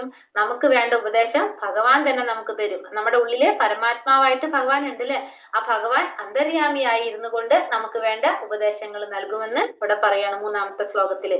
അങ്ങനെ ആ ഭക്തനും അവസാനത്തിൽ പ്രയാസം കൂടാതെ ഭഗവാനിൽ എത്തിച്ചേരാൻ ഇടവരുന്നു. നിരന്തരം കൃഷ്ണാവബോധത്തോടെ ജീവിക്കുകയും പ്രേമഭക്തിയോടെ കൃഷ്ണന്റെ സേവനം ചെയ്യുകയുമാണ് ആവശ്യമായ യോഗ്യത. ഭക്തൻ കൃഷ്ണന് വേണ്ടി എന്തെങ്കിലും പ്രവർത്തിക്കണം. അപ്പൊ അതിനൊരു ക്വാളിഫിക്കേഷൻ ഭഗവാൻ വെച്ചിട്ടുണ്ട്. എന്താണ് അതിന് വേണ്ട യോഗ്യത? നിരന്തരം ഭക്തിയോടെ ഭഗവാനെ സേവിക്കുക, ഭക്തിയോടെ ഭഗവാനെ സേവിക്കുക എന്നുള്ളതാണ്. നിരന്തരം കൃഷ്ണാവബോധത്തോടെ ജീവിക്കുക, പ്രേമഭക്തിയോടെ ഭഗവാനെ സേവിക്കുക, അത് മാത്രമാണ് അതിന് വേണ്ട യോഗ്യത. ഭക്തിയോടെ ഭഗവാനെ സേവിക്കുക, കൃഷ്ണാവബോധത്തോടെ ജീവിക്കുക. അപ്പൊ ഭക്തിയോടെ ഭഗവാനെ സേവിക്കുകയാണെങ്കിൽ നമുക്ക് എന്താണ്? നമുക്ക് വേണ്ട ഉപദേശങ്ങള് ഭഗവാൻ തന്നെ നൽകും. അത് പ്രേമപൂർവ്വമാവുകയും വേണം. അപ്പൊ അതെങ്ങനെയായിരിക്കണം? പ്രേമപൂർവ്വമാവുകയും വേണം. അതെന്തുകൊണ്ടാണ് അങ്ങനെ പറയുന്നത്? നമുക്ക് ഭഗവാനെ സേവിക്കാനായിട്ട് അല്ലെ, പ്രേമഭക്തിയോടെ ഭഗവാനെ സേവ ചെയ്യണം എന്ന ഭഗവാൻ പറഞ്ഞത്. പ്രേമത്തോടെ തന്നെ നമ്മൾ ചെയ്യുകയും വേണം. ആത്മസാക്ഷാത്കാരത്തിന്റെ മാർഗത്തിൽ മുന്നോട്ട് പോകാൻ തക്ക ബുദ്ധിശക്തി ഇല്ലെങ്കിലും ഭക്തിപൂർവമായ ഭഗവത് സേവനത്തിൽ നിർവ്യാജം ഏർപ്പെട്ടുകൊണ്ടിരുന്നാൽ അയാൾക്ക് പുരോഗതിക്കും ഭഗവത് സന്നിധി പോകുന്നതിനുള്ള അവസരം കൃഷ്ണൻ നൽകിക്കൊള്ളും.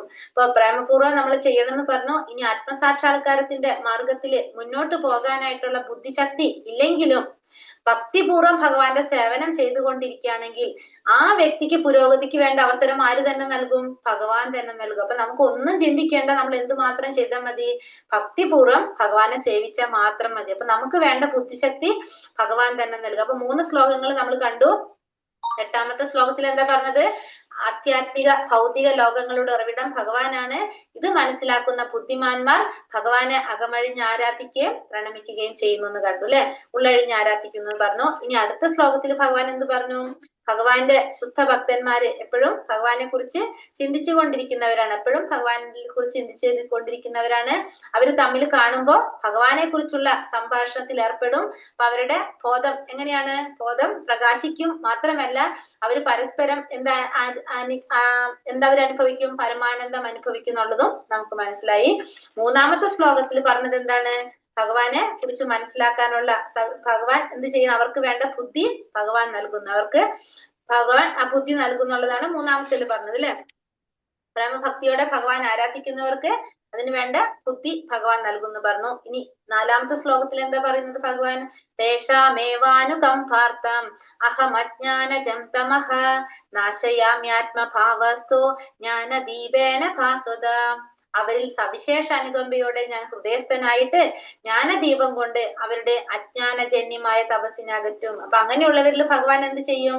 സവിശേഷ അനുകമ്പയോടെ ഭഗവാൻ അവരിൽ ഹൃദയസ്ഥനായിക്കൊണ്ട് ജ്ഞാനദീപം കൊണ്ട്, ജ്ഞാനത്തിന്റെ ദീപം കൊണ്ട് എന്ത് ചെയ്യും?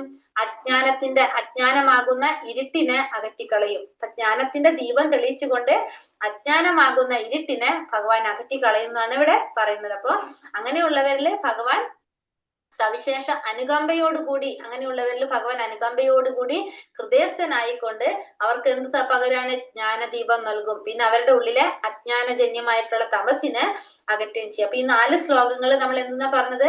ഭഗവത്ഗീതയുടെ അകക്കാമ്പ് അല്ലെങ്കിൽ ഭഗവത്ഗീതയുടെ പൊരുളാണ് ഇത് പറയുന്നത്.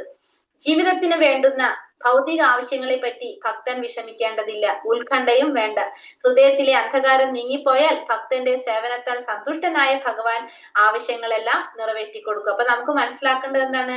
നമ്മളെ ഭൗതിക ജീവിതത്തിൽ ഉണ്ടാകുന്ന ആവശ്യങ്ങളെ കുറിച്ച് നമുക്ക് ഒരിക്കലും ഭക്തന്മാരൊരിക്കലും വിഷമിക്കേണ്ടതില്ല, ഉത്കണ്ഠയുടെയും ആവശ്യമില്ല. നമ്മുടെ ഉള്ളിൽ അന്ധകാരം മാറിപ്പോയി കഴിഞ്ഞാൽ നമുക്ക് എന്ത് സാധിക്കും? നമ്മളെ അന്ധകാരം, അജ്ഞത അജ്ഞത നീങ്ങിപ്പോയി കഴിഞ്ഞാൽ നമുക്ക് ഭഗവാന്റെ സേവനം ചെയ്ത് ഭഗവാനെ സന്തോഷപ്പെടുത്താൻ സാധിക്കും. അപ്പൊ നമ്മുടെ ആവശ്യങ്ങളെല്ലാം ആര് നിറവേറ്റി തരും? ഭഗവാൻ നിറവേറ്റി തരും. അപ്പൊ നമുക്ക് മനസ്സിലാക്കേണ്ടത് അതാണ്. നമ്മൾ ഭഗവാനെ കുറിച്ച് മനസ്സിലാക്കി കഴിഞ്ഞാൽ സ്വാഭാവികമായിട്ടും നമ്മൾ എന്താണ്? നമ്മൾ ഭക്തന്മാര് സത്സംഗത്തിലൂടെ ഭഗവാനെ കുറിച്ച് കൂടുതൽ കൂടുതൽ പറയും തോറും നമുക്ക് ആ ഒരു ആനന്ദം അനുഭവിക്കാൻ സാധിക്കും. പിന്നെന്തെല്ലാം പറഞ്ഞു? അങ്ങനെ ഭഗവാനെ പ്രേമഭക്തിയോടെ ഭഗവാൻ ആരാധിക്കുമ്പോൾ അതിനു വേണ്ട ബുദ്ധി ഭഗവാൻ നൽകുന്നു പറഞ്ഞു. അങ്ങനെ നമുക്ക് ആ ബുദ്ധിയോട് കൂടി പ്രവർത്തിക്കുമ്പോൾ ഭഗവാൻ എന്താ പറഞ്ഞത്? നമ്മുടെ ഉള്ളിലെ അന്ധകാരം മാറ്റി അവിടെ ജ്ഞാനത്തിന്റെ ദീപം പ്രകാശിക്കും. ഇതാണ് ഈ 4 ശ്ലോകത്തിൽ നമ്മൾ കണ്ടത്. അങ്ങനെ ചെയ്യുമ്പോൾ സ്വാഭാവികമായിട്ടും എന്താണ്? നമുക്ക് ഹൃദയത്തിലെ ഉത്കണ്ഠയും മാറുന്നു. നമുക്ക് ഭൗതികമായ കാര്യങ്ങളെ കുറിച്ച് വിഷമം ഉണ്ടാവില്ല. കാരണം നമ്മൾ അന്ധകാരം പോയി കഴിഞ്ഞാൽ നമുക്ക് ഭക്തിയുടെ സേവനം, ഭഗവാനെ കുറിച്ച് കൂടുതൽ ഭഗവാന് സേവനം ചെയ്യാൻ സാധിക്കും. ഭഗവാൻ സന്തോഷിക്കുമ്പോൾ നമുക്ക് എന്ത് കിട്ടും? നമുക്ക് വേണ്ട കാര്യങ്ങളെല്ലാം ഭഗവാൻ നിറവേറ്റി തരും. ഇതാണ് ഭഗവത്ഗീതയിലെ ഉപദേശങ്ങളുടെ സാരം. അപ്പൊ ഇതാണ് ഈ ഭഗവത്ഗീതയില് പേറുന്ന ഒരു ബേസിക് ആയിട്ട് പറയുന്ന കാര്യം. ഭഗവത്ഗീത പഠനം വഴി ഒരാൾക്ക് ഭഗവാന് സ്വയം സമർപ്പിതനായി തീരാൻ സാധിക്കും. അപ്പൊ ഭഗവത്ഗീത ഉപദേശങ്ങളുടെ സാരം എന്ന് പറയുന്നത് ഈ 4 ശ്ലോകങ്ങൾ, ഈ ചതുശ്ലോകിയിലാണ് പറയുന്നത്. ഭക്തിപൂർവ്വം കൃഷ്ണന്റെ സേവനത്തിൽ മുഴുകുകയും ചെയ്യാം. സർവ്വതും ഭഗവാൻ ഏറ്റെടുക്കുന്നതോടുകൂടി ഭക്തൻ ഭൗതിക പ്രയത്നങ്ങളിൽ നിന്നെല്ലാം തികച്ചും മുക്തനാകും. ഭഗവാൻ ഇതെല്ലാം ഏറ്റെടുക്കുന്നതോടുകൂടി ഭക്തൻ ഫുള്ള് ഫ്രീ ആവുകയും ചെയ്യും. കാരണം ഭക്തന് പിന്നെ എന്ത് മാത്രം ചെയ്താൽ മതി? ഭക്തിപൂർവ്വം ഭഗവത് സേവനം ചെയ്താൽ മാത്രം മതി. ആ ഭക്തന്റെ ആഗ്രഹങ്ങളും ഭൗതികമായിട്ടുള്ള എല്ലാ കാര്യങ്ങളും ആര് നോക്കിക്കൊള്ളും? പിന്നെ ഭഗവാൻ ഏറ്റെടുത്ത് ഭഗവാൻ ചെയ്തത്. ഭക്തൻ ഭൗതിക പ്രയത്നങ്ങളിൽ നിന്നെല്ലാം തികച്ചും മുക്തനാകും. കാരണം എന്താണ്? ഭഗവാൻ എല്ലാ ആവശ്യങ്ങളും നിറവേറ്റി കൊടുക്കാൻ തുടങ്ങും. അതാണ് എന്തിൽ പറയുന്നത്? അപ്പോ ഈ 4 ശ്ലോകങ്ങളില് പറയുന്നത്. മനസ്സിലായി 4 ശ്ലോകം? അപ്പൊ ഇത് കേട്ടപ്പോ അർജുനൻ മനസ്സിലായി. എന്ത് പ്രഭു പറഞ്ഞില്ലേ? ഒന്ന് പറയാൻ മുന്നത്ത് എന്താണ് ഈ ശ്ലോകം? ഈ 4 എണ്ണത്തിന്റെ ഒരുമിച്ചുള്ളതോ? സാരം ഉപദേശങ്ങളുടെ സാരം.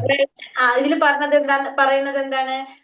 ഫസ്റ്റ് പറഞ്ഞ ഭൗതിക ആധ്യാത്മിക ലോകങ്ങളുടെ ഉറവിടം ഭഗവാനാണ്. ഇത് മനസ്സിലാക്കുന്ന ബുദ്ധിമാന്മാരെന്ത് ചെയ്യും? ഭഗവാനെ ഉള്ളഴിഞ്ഞ് ആരാധിക്കുകയും പ്രണമിക്കുകയും ചെയ്യുന്നു പറഞ്ഞു അല്ലെ? അങ്ങനെ ചെയ്തുകൊണ്ടിരിക്കുന്ന ഭക്തന്മാർ എപ്പോഴും എന്ത് ചെയ്തുകൊണ്ടിരിക്കും? അവർ തമ്മിൽ കാണുമ്പോൾ ഭഗവാനെ കുറിച്ച് മാത്രമായിരിക്കും അവർ സംസാരിച്ചു കൊണ്ടിരിക്കുന്നത്. അങ്ങനെ ആ സംസാരിക്കുമ്പോ നമ്മളൊരു സത്സംഗം ഉണ്ടാവും. ഭഗവാന്റെ ഭക്തന്മാരാകുമ്പോ എന്താണ്? സത്സംഗം ഉണ്ടാവും. അപ്പൊ ആ സത്സംഗത്തിൽ എപ്പോഴും ഭഗവാനെ കുറിച്ച് സംസാരിച്ചു കൊണ്ടിരിക്കുമ്പോൾ അവർക്ക് എന്ത് വരികയാണ്? അവരുടെ അവബോധം അത് ഭഗവാൻ തന്നെ ഭഗവാനായിട്ട് മാറാണ്. അപ്പൊ അവര് സ്വാഭാവികമായിട്ടും ആ ബോധം ദീപ്തമാവുകയും ഒപ്പം തന്നെ അവർക്ക് എന്ത് അനുഭവിക്കാൻ സാധിക്കും? ആനന്ദം അനുഭവിക്കാനും സാധിക്കും. പിന്നെ അങ്ങനെയുള്ളവർക്ക് എന്താ പറയുന്നത്? അങ്ങനെ ഭഗവാനെ ആരാധിക്കുന്നവർക്ക് അവർക്ക് വേണ്ട ബുദ്ധിവിശേഷം ആര് നൽകും? ഭഗവാൻ നൽകും. അപ്പൊ ഇങ്ങനെ ഭഗവാനെ എപ്പോഴും ആരാധിച്ചു കൊണ്ടിരിക്കുന്ന ഭഗവാന്റെ ഭക്തന്മാർക്ക് വേണ്ട ബുദ്ധിവിശേഷം ഭഗവാൻ നൽകും. ആ ബുദ്ധിവിശേഷം ഭഗവാൻ നൽകുമ്പോൾ അവർക്ക് എന്താ സംഭവിക്കുന്നത്? അവരുടെ ഉള്ളിലെ അന്ധകാരം അത് മാറ്റിയിട്ട് അവിടെ ജ്ഞാനത്തിന്റെ ദീപം തെളിയിക്കാനായിട്ട് സാധിക്കും. അപ്പൊ അന്ധകാരം എന്ന് വെച്ചാൽ അജ്ഞതയാണ്. അപ്പൊ നമ്മുടെ അജ്ഞത പോകുമ്പോൾ നമുക്ക് എന്ത് മനസ്സിലാക്കാൻ സാധിക്കും? മനുഷ്യന്റെ പരമമായ ധർമ്മം ഭഗവത് സേവനമാണെന്ന് മനസ്സിലാക്കാൻ സാധിക്കും. ഇപ്പൊ ഭഗവത് സേവനമാണെന്ന് മനസ്സിലാക്കി ആ ഭക്തൻ ഭഗവാന്റെ സേവനത്തിലേക്ക് കടക്കുമ്പോൾ അതിൽ സന്തുഷ്ടനായിട്ട് ഭഗവാൻ എന്ത് ചെയ്യും? ആ ഭക്തന്റെ ആവശ്യങ്ങളെല്ലാം നിറവേറ്റി കൊടുക്കും. അതാണ് ഭഗവത്ഗീതയുടെ ഉപദേശങ്ങളുടെ സാരം. ക്ലിയർ ആയോ? മാതാജി, അജ്ഞത എന്ന് ഉദ്ദേശിച്ചത് നമ്മുടെ ഈ ഭൗതിക കാര്യങ്ങൾ കണ്ടിട്ടുള്ള ആ ഒരു ഇതാണോ? ഭൗതിക കാര്യങ്ങൾ അതായത് നമ്മള് അജ്ഞത എന്ന് വെച്ചിട്ടുണ്ടെങ്കിൽ നമ്മുടെ അറിവില്ലായ്മ. ശരിയായ ജ്ഞാനം എന്ന് പറയുന്നത് ഭഗവാനെ കുറിച്ചുള്ള അറിവാണ്. നമുക്ക് ശരിയായ നമ്മുടെ അറിവ് എന്ന് പറഞ്ഞാല് ഭഗവാനെ കുറിച്ച് അറിയണം. നമ്മൾ ആരാണെന്ന് അറിയണം ആദ്യം അല്ലെ? നമുക്ക് അതല്ല അറിയേണ്ടത്. അപ്പൊ അതറിയില്ലാത്തടത്തോളം കാലം നമ്മൾ ആരാണ്? അജ്ഞരാണ്. മനസ്സിലായോ? മനസ്സിലായി. ഹരേ കൃഷ്ണ. ഇനി അടുത്തത്. അപ്പൊ ഇതൊക്കെ കേട്ടപ്പോ അർജുനൻ എന്താ പറയുന്നത്? ഇനി അടുത്തത് അർജുന ഉവാച പരം ബ്രഹ്മ പരം ധാമ പവിത്രം പരമം ഭവാൻ പുരുഷം ശാശ്വതം ദിവ്യം ആദിദേവാമജം വിഭും ആഹുസ്താമൃഷയാ സർവേ ദേവർഷീർനാരദസ്തഥാ അസിതോ ദേവലോ വ്യാസ സ്വയം ചൈവാബ്രവീഷിമേ. അപ്പൊ അർജുനൻ ഭഗവാൻ ഇപ്പൊ പറഞ്ഞു കൊടുത്ത കാര്യങ്ങളൊക്കെ കേട്ടപ്പോ അർജുനൻ എന്താ പറഞ്ഞത്? ഈ ചതുശ്ലോകിയാണ് ഇപ്പൊ പറഞ്ഞു കൊടുത്തത് അല്ലെ. അപ്പൊ ഭഗവാൻ അർജുനൻ പറയാണ്, അങ്ങ് പരത്മ ദിവ്യോത്തമ പുരുഷനാണ്, അങ്ങ് പരം ബ്രഹ്മം പരം ധാമം പവിത്രം പരമം ഭവാൻ എന്നാണ് അർജുനൻ പറയുന്നത്. അങ്ങ് പരമമായ ധാമവും പവിത്രമായതും നിരപേക്ഷ തത്വവും ഭഗവാൻ തന്നെയാണ്. അപ്പൊ ഭഗവാനെ കുറിച്ച് പറയാണ് അർജുനൻ, അങ്ങ് പരമദിവ്യോത്തമ പുരുഷനാണ്, പരമമായ ധാമവും പവിത്രമായതും നിരപേക്ഷ തത്വവും ആര് തന്നെയാണ്? ഭഗവാൻ തന്നെയാണ്. ഭഗവാൻ ആരെയും ആശ്രയിക്കുന്നില്ല അല്ലെ. ഭഗവാൻ നിരപേക്ഷനാണ്. എല്ലാതും ഭഗവാൻ തന്നെയാണ്. സനാതനനും അഭൗതികനും ആദിപുരുഷനും അജനും മഹാനുമാണ് അങ്ങെന്ന് ദേവർഷിയായ നാരദനും അസിതൻ ദേവലൻ വ്യാസൻ മുതലായ എല്ലാ ഋഷികളും ഊന്നി പറയുന്നു. ഇപ്പോൾ അങ്ങ് സ്വയം എന്നോട് ഇത് വ്യക്തമായി പറയുകയും ചെയ്യുന്നു. ഇവിടെ പറയാണ്, അങ്ങ് എങ്ങനെയാണ് പറഞ്ഞത്? അങ്ങ് പരമദിവ്യോത്തമ പുരുഷനാണ്, പരമമായ ധാമവും പവിത്രമായതും നിരപേക്ഷ തത്വവും ഭവാൻ തന്നെയാണ്. പിന്നെ സനാതനനും അഭൗതികനും ആദിപുരുഷനും അജനും മഹാനുമാണ് അങ്ങെന്ന് ദേവർഷിയായിട്ടുള്ള നാരദനും അസിതൻ ദേവലൻ വ്യാസൻ മുതലായ എല്ലാ ഋഷികളും മുന്നി പറയുന്നു. ഇപ്പോൾ അങ്ങ് സ്വയം എന്നോട് ഇത് വ്യക്തമായി പറയുകയും ചെയ്യുന്നു. ഇപ്പൊ അങ്ങും എന്നോട് എന്ത് തന്നെയാ പറയുന്നത്? ഇവര് പറഞ്ഞത് തന്നെയാണ് ഇപ്പൊ അങ്ങും എന്നോട് പറഞ്ഞത്. അങ്ങ് ആരാണ്? പരമദിവ്യോത്തമ പുരുഷനാണെന്നല്ലേ എന്ന് മനസ്സിലാക്കി തരാണ്. അപ്പൊ ഭഗവാനോടുകൂടെ അർജുനൻ പറയാണ്, ഇത് ഋഷിമാരൊക്കെ എന്നോട് പറഞ്ഞിരുന്നു, പക്ഷെ ഇപ്പൊ അങ്ങ് സ്വയം എന്നോടത് പറഞ്ഞു തരികയും ചെയ്തു. അപ്പൊ ഇനി ഇതൊക്കെ പറഞ്ഞു കേട്ടപ്പോ അർജുനൻ എന്താ ഭഗവാനോട് പറയുന്നത്? വിസ്തരേണാത്മനോ യോഗം വിഭൂതിം ച ജനാർദ്ദന ഭൂയ കഥയ തൃപ്തിർഹി ശൃണോതോ നാസ്തി മേ മൃതം. അങ്ങയെ പറ്റി കേട്ടിട്ട് എനിക്ക് ഒരിക്കലും മതി വരുന്നില്ല. കേൾക്കും തോറും അങ്ങയുടെ വാക്കുകളാകുന്ന അമൃതത്തെ ആസ്വദിക്കാൻ തോന്നുന്നു. ഹേ ജനാർദ്ദന, അങ്ങയുടെ വിഭൂതികളെ പറ്റി അവയുടെ യൗകിക പ്രഭാവത്തെ പറ്റി വീണ്ടും വിശദമായി വിവരിച്ചു തന്നാലും. അപ്പൊ അർജുനൻ പറയാണ് ഭഗവാന്റെ അടുത്ത്, അങ്ങയെ പറ്റി കേട്ടിട്ട് എനിക്ക് മതി വരുന്നില്ല. കേൾക്കും തോറും അങ്ങയുടെ വാക്കുകളാകുന്ന അമൃതത്തെ ആസ്വദിക്കാനായിട്ട് തോന്നാണ്. അപ്പൊ അതുകൊണ്ട് അർജുനൻ പറയാണ് ഭഗവാനോട്, അങ്ങയുടെ വിഭൂതികളെ പറ്റി വിശദീകരിച്ച് തരാമോന്ന് അർജുനൻ അഭ്യർത്ഥിക്കുകയാണ് ഭഗവാന്റെ അടുത്ത്. അപ്പൊ ഭഗവാൻ എന്താ പറയുന്നത്? ശ്രീ ഭഗവാനുവാച ഹന്തതേ കഥയിഷ്യാമി ദിവ്യഹ്യാത്മാ വിഭൂതയഃ പ്രാധാന്യത കുരു ശ്രേഷ്ഠ നാസ്ത്യന്തോ വിസ്തരസ്യ മേ. ഭഗവാൻ പറഞ്ഞു, അർജുന, ഭാസുരങ്ങളായ എന്റെ വിഭൂതികളെ പറ്റി ഞാൻ ഇനി പറഞ്ഞു തരാം. പ്രാധാന്യമുള്ളവയെ പറ്റി മാത്രം. വിസ്തരിക്കുകയാണെങ്കിൽ അവയ്ക്ക് അവസാനം ഉണ്ടാവുകയില്ല. അപ്പൊ അർജുനനോട് പറയാണ്, ശരി, നിനക്കത് ആഗ്രഹമാണെങ്കിൽ ഞാൻ നിനക്കത് പറഞ്ഞു തരാം. പക്ഷെ എന്താണ്, പ്രധാനപ്പെട്ടതിനെ കുറിച്ച് മാത്രമാണ് ഞാൻ പറഞ്ഞു തരുന്നത്. കാരണം വിസ്തരിക്കുകയാണെങ്കിൽ അതിനൊരിക്കലും ഒരു അവസാനം ഉണ്ടാവില്ല എന്ന് ഭഗവാൻ പറഞ്ഞു കൊടുക്കാണ്. അപ്പൊ ഭഗവാൻ ആദ്യം തന്നെ എന്താ പറയുന്നത്? അഹമാത്മഗുഡാകേശ സർവഭൂതാശയസ്ഥിതഃ അഹമാദിശ്ച മധ്യം ച ഭൂതാനാമന്ത ഏവ ച. ഹേ അർജുന, ജീവജാലങ്ങളുടെ എല്ലാം ഹൃദയത്തിൽ സ്ഥിതി ചെയ്യുന്ന പരമാത്മാവാണ് ഞാൻ. അവയുടെ തുടക്കവും മധ്യവും അവസാനവും ഞാനാകുന്നു. അപ്പൊ ഭഗവാൻ പറയാണ്, എല്ലാ ജീവജാലങ്ങളുടെയും ഹൃദയത്തിൽ സ്ഥിതി ചെയ്യുന്ന പരമാത്മാവ് ഞാനാണ്. അപ്പൊ എല്ലാവരുടെയും തുടക്കവും അവസാനവും മധ്യവും ആരിൽ തന്നെയാണ്? എന്നിൽ തന്നെയാണ്. അപ്പൊ എല്ലാവരെയും നമുക്കറിയാലേ, സൃഷ്ടി സ്ഥിതി സംഹാരങ്ങൾ ഇത് മുഴുവൻ ആര് തന്നെയാണ് ചെയ്യുന്നത്? ഭഗവാൻ തന്നെയാണ് ചെയ്യുന്നത്. അപ്പൊ എല്ലാത്തിന്റെയും തുടക്കവും അവസാനവും പിന്നെ മധ്യവും ആരിൽ തന്നെയാണ്? എന്നിൽ തന്നെയാണെന്ന് ഭഗവാൻ ഇവിടെ പറഞ്ഞു കൊടുക്കുകയാണ്. ഇനി ഭഗവാന്റെ വിഭൂതികൾ ഇങ്ങനെ പറയാണ്. ശ്ലോകം പറയുന്നില്ല, അല്ലാതെ നമുക്ക് വായിച്ചു പോകാം, കുറെ ഉണ്ടല്ലോ അത്. അപ്പൊ എന്താ പറയണ? ഫസ്റ്റ് പറയണത്, ആദിത്യന്മാരുടെ കൂട്ടത്തിൽ വിഷ്ണുവും ജ്യോതിസുകളിൽ ദീപ്തിമത്തായ സൂര്യനും മരുത്തുകളിൽ മരീചിയും നക്ഷത്രങ്ങളിൽ ചന്ദ്രനുമാണ് ഞാൻ. അപ്പൊ ആദിത്യന്മാര് 12 ആദിത്യന്മാരുണ്ട്. ആ 12 ആദിത്യന്മാരിൽ ഒരു ആദിത്യന്റെ പേരാണ് വിഷ്ണു. മഹാവിഷ്ണു ഉള്ള വിഷ്ണു അല്ല, വേറൊരു വിഷ്ണു. ആ വിഷ്ണു ആരാണ്? ഭഗവാന്റെ പ്രതിനിധിയാണ്. പിന്നെ ജ്യോതിസുകളില് ദീപ്തിമത്തായ സൂര്യൻ, മരുത്തുകളിൽ, മരുത്തെന്ന് വെച്ചാല് കാറ്റ്, വായു, ആ വായുവില് മരീചി ഭഗവാന്റെ പ്രതിനിധിയാണ്. നക്ഷത്രങ്ങളിൽ ചന്ദ്രൻ ഭഗവാന്റെ പ്രതിനിധിയാണ്. പിന്നെ അടുത്തതിൽ പറയുന്നത് വേദങ്ങളിൽ സാമവേദവും ദേവന്മാരിൽ ഇന്ദ്രനും ഇന്ദ്രിയങ്ങളിൽ മനസ്സും ജീവഗണങ്ങളിൽ ജീവചൈതന്യവുമാണ് ഞാൻ. അപ്പൊ പിന്നെ പറയുന്നതാണ് വേദങ്ങളിലെ സാമവേദം ഭഗവാന്റെ പ്രതിനിധിയാണ്, ദേവന്മാരിലെ ഇന്ദ്രൻ ഭഗവാന്റെ പ്രതിനിധിയാണ്, ഇന്ദ്രിയങ്ങളിലെ മനസ്സ് ഭഗവാന്റെ പ്രതിനിധിയാണ്, ജീവഗണങ്ങളിലെ ജീവചൈതന്യം അതായത് ആ പ്രജ്ഞ ജീവചൈതന്യങ്ങളുടെ ജീവാത്മാക്കളുടെ ചൈതന്യം എന്ന് പറയില്ലേ, അത് എന്താണ് ഭഗവാന്റെ പ്രതിനിധിയാണെന്ന് പറയാം. പിന്നത്തിൽ എന്താ പറയണത്, രുദ്രന്മാരിൽ വെച്ച് ശിവനാണ് ഞാൻ. അപ്പൊ 11 രുദ്രന്മാര്, ആ 11 രുദ്രന്മാരിലെ ശിവൻ ഭഗവാന്റെ പ്രതിനിധിയാണ്. യക്ഷരാക്ഷസരിൽ കുബേരൻ എന്ന് വെച്ചാല് എന്താണ് ട്രഷറി സൂക്ഷിപ്പുകാരനാണ് ദേവന്മാരുടെ. ആ കുബേരൻ ഭഗവാന്റെ പ്രതിനിധിയാണ്. പിന്നെ വസുക്കളിൽ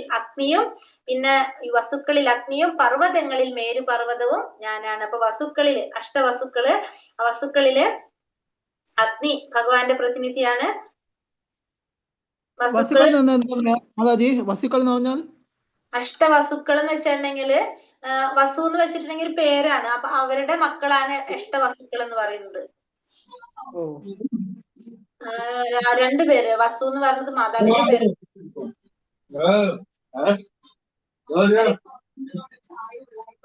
അഷ്ടവസുക്കള് അപ്പൊ അത് പേരാണ്. അത് ഞാൻ പേര് കറക്റ്റ് എനിക്ക് ഓർമ്മ വരുന്നില്ല. ഇത് കഴിഞ്ഞിട്ട് വേണിച്ച് ഞാൻ നോക്കി പറഞ്ഞുതരാം. അതിലേക്ക് എഴുതിയിട്ടുള്ളതാണ്, ഞാനത് എടുക്കണതൊന്ന് ജസ്റ്റ് നോക്കിയിട്ട് പറഞ്ഞുതരാം കേട്ടോ. അപ്പൊ അഷ്ടവസുക്കളിൽ ആരാണ്? അഗ്നിയും, അതായത് അഗ്നിദേവൻ വരുന്നുണ്ട്, അതില് പ്രകാശം വരുന്നുണ്ട്, പിന്നെ പ്രഭാസ്, പിന്നെ വേറെ ആരും വരുന്ന വരുണൻ, അങ്ങനെയൊക്കെ അവരൊക്കെ വരുന്നത് അഷ്ടവസുക്കളിൽ വരുന്നത് അവരൊക്കെ. അപ്പൊ പർവ്വതങ്ങളിൽ മേരുപർവ്വതവും ഞാനാണ്. പിന്നെ അടുത്തതിൽ പറയുന്നത്, ഹേ അർജുന, പുരോഹിതന്മാരിൽ പ്രധാനിയായ ബൃഹസ്പതിയും സേനാധിപന്മാരിൽ കാർത്തികേയനുമാണ് ഞാൻ. അപ്പൊ പുരോഹിതന്മാരില് പ്രധാനിയായിട്ടുള്ളത് ആരാണ്? ബൃഹസ്പതി. പിന്നെ സേനാധിപന്മാരിൽ ആരാണ്? കാർത്തികേയൻ മഹാദേവന്റെ പാർവതിയുടെ മകനായിട്ടുള്ള സ്കന്ദൻ. കാർത്തികേയൻ ഭഗവാന്റെ പ്രതിനിധിയാണ്. ജലാശയങ്ങളിൽ സമുദ്രവും ഭഗവാൻ തന്നെ. ജലാശയങ്ങളിലെ സമുദ്രം ഭഗവാന്റെ പ്രതിനിധിയാണ്. പിന്നെ മഹർഷികളിൽ ഭൃഗു മഹർഷി, സ്പന്ദനങ്ങളിൽ അഭൗതികമായിട്ടുള്ള ഓങ്കാരം ഭഗവാന്റെ പ്രതിനിധിയാണ്. യജ്ഞങ്ങളിൽ ആരാണ്? തിരുനാമ ജപം ഇവിടെ പറയുന്നുണ്ടത്. മഹർഷീണാം ഭൃഗുരഹം ഗിരാമസ്മ്യേകമക്ഷരം യജ്ഞാനാം ജപയച്ചോസ്മി സ്ഥാവരാണാം ഹിമാലയഃ. മഹർഷികളിൽ ഭൃഗുമഹർഷി, സ്പന്ദനങ്ങളിൽ അഭൗതികമായ ഓങ്കാരം, യജ്ഞങ്ങളിൽ തിരുനാമജപം, സ്ഥാവരങ്ങളിൽ ഹിമാലയവുമാണ് ഞാൻ. ഇപ്പൊ സ്ഥാവരങ്ങളില് ഹിമാലയം, യജ്ഞങ്ങളില് തിരുനാമജപം, പിന്നെന്താണ് സ്പന്ദനങ്ങളിൽ വാക്കുകളില് അഭൗതികമായ ഓങ്കാരം, മഹർഷികളില് ഭൃഗുമഹർഷി ഭഗവാന്റെ പ്രതിനിധിയാണ്. പിന്നെ വൃക്ഷങ്ങളിൽ അശ്വത്ഥ വൃക്ഷം എന്ന് വെച്ചാൽ അറിയാൽ വൃക്ഷം ഭഗവാന്റെ പ്രതിനിധിയാണ്. ദേവർഷിമാരിൽ നാരദനും ഗന്ധർവന്മാരിൽ ചിത്രരഥനും യോഗസിദ്ധി നേടിയവരിൽ കപിലമുനിയും ഭഗവാന്റെ പ്രതിനിധിയാണ്.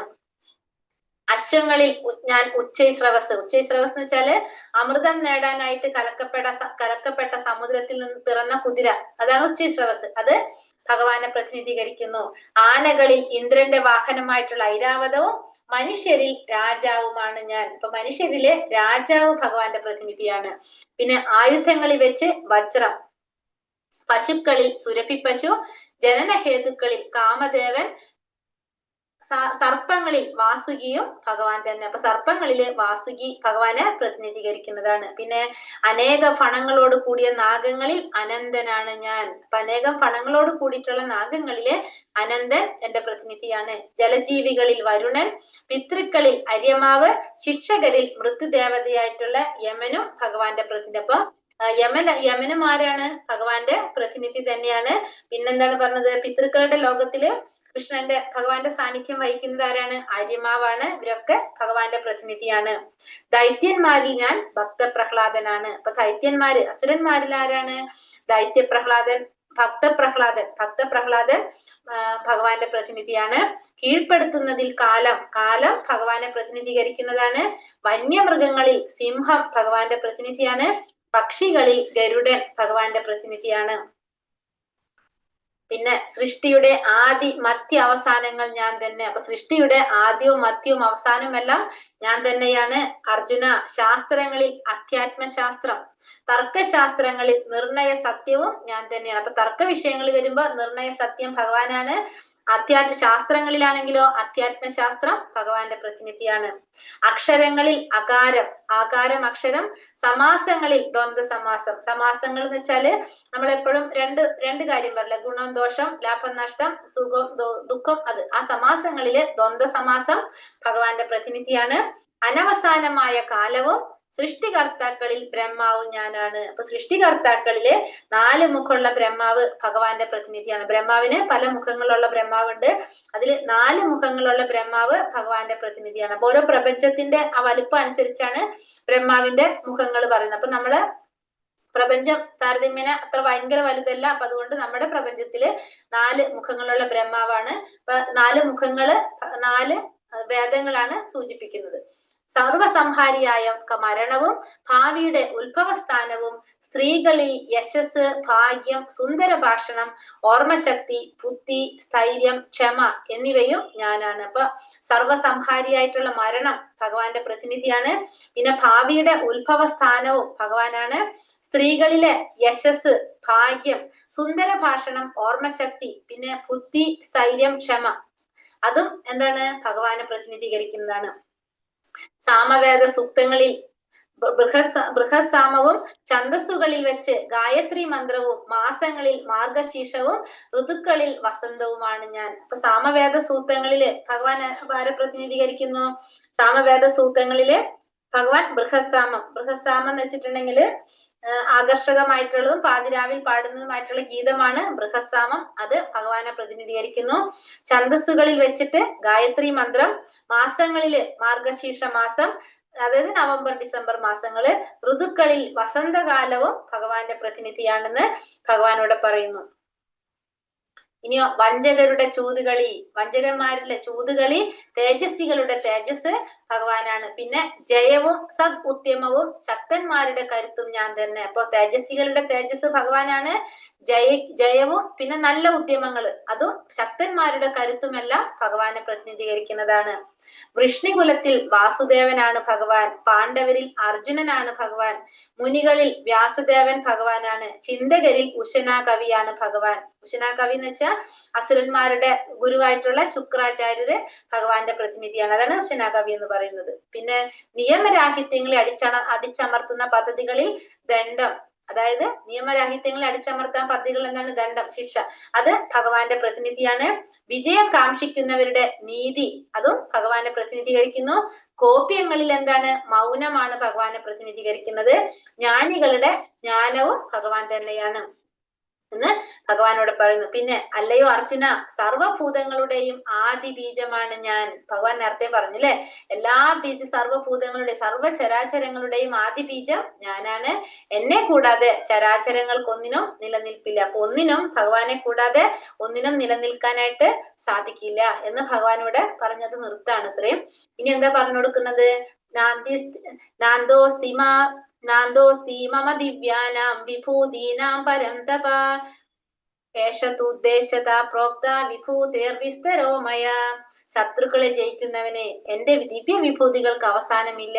ഞാൻ പറഞ്ഞതാകട്ടെ എന്റെ അനന്തമായ വിഭൂതികളുടെ ഒരു സൂചന മാത്രമാണ്. അപ്പൊ ശത്രുക്കളെ ജയിക്കുന്നവനെ അർജുനനോട് പറയാണ്, എന്റെ വിഭൂതികൾക്ക് അവസാനമില്ല. അത് ഞാൻ പറഞ്ഞതാണെങ്കിലോ ഒരു ചെറിയൊരു സൂചന മാത്രമേ നിനക്ക് ഞാൻ തന്നിട്ടുള്ളൂ. വിഭൂതികളുടെ ഒരു സൂചന മാത്രമാണ് ഞാനിപ്പോ നിനക്ക് പറഞ്ഞു തന്നത്. ഇനി ഭഗവാൻ പറയുന്നതാണ്, യത് യത് വിഭൂതി മത്സത്വം ശ്രീമദ് ദുർജിതമേവ വാ തത്തത് ഏവാവഗച്ഛത്വം മമ തേജാംശ സംഭവം. എന്താ പറയണത്? വിഭൂതിമത്വം സുന്ദരവും തേജസ്സുറ്റതുമായ ഏതൊരു സൃഷ്ടിയും എന്റെ തേജസ്സിന്റെ ഒരു കണികയിൽ നിന്ന് ഉത്ഭവിച്ചത് തന്നെ എന്ന് മനസ്സിലാക്കുക. അപ്പൊ വിഭൂതിമത്വം സുന്ദരവും തേജസ്സുറ്റതുമായിട്ടുള്ള ഏതൊരു സൃഷ്ടിയും എങ്ങനെയാണ്? എന്റെ തേജസ്സിന്റെ ഒരു കണികയിൽ നിന്ന് ഉത്ഭവിച്ചതാണെന്ന് മനസ്സിലാക്കാം. അതായത് ഇപ്പൊ നമുക്ക് ഈ പിക്ചർ കാണുമ്പോൾ മനസ്സിലാക്കാൻ സാധിക്കും അല്ലെ. ആധ്യാത്മിക ലോകത്തിലായാലും ഭൗതിക ലോകത്തിലായാലും തേജസ്സുറ്റതും സൗന്ദര്യമുള്ളതും ഐശ്വര്യപൂർണമായിട്ടുള്ള ഏതൊരു വസ്തു കണ്ടാൽ നമുക്ക് എന്ത് മനസ്സിലാക്കാം? ഭഗവാന്റെ വിഭൂതികളുടെ ഒരു ആവിഷ്കാരമാണെന്നുള്ളത് മനസ്സിലാക്കാം.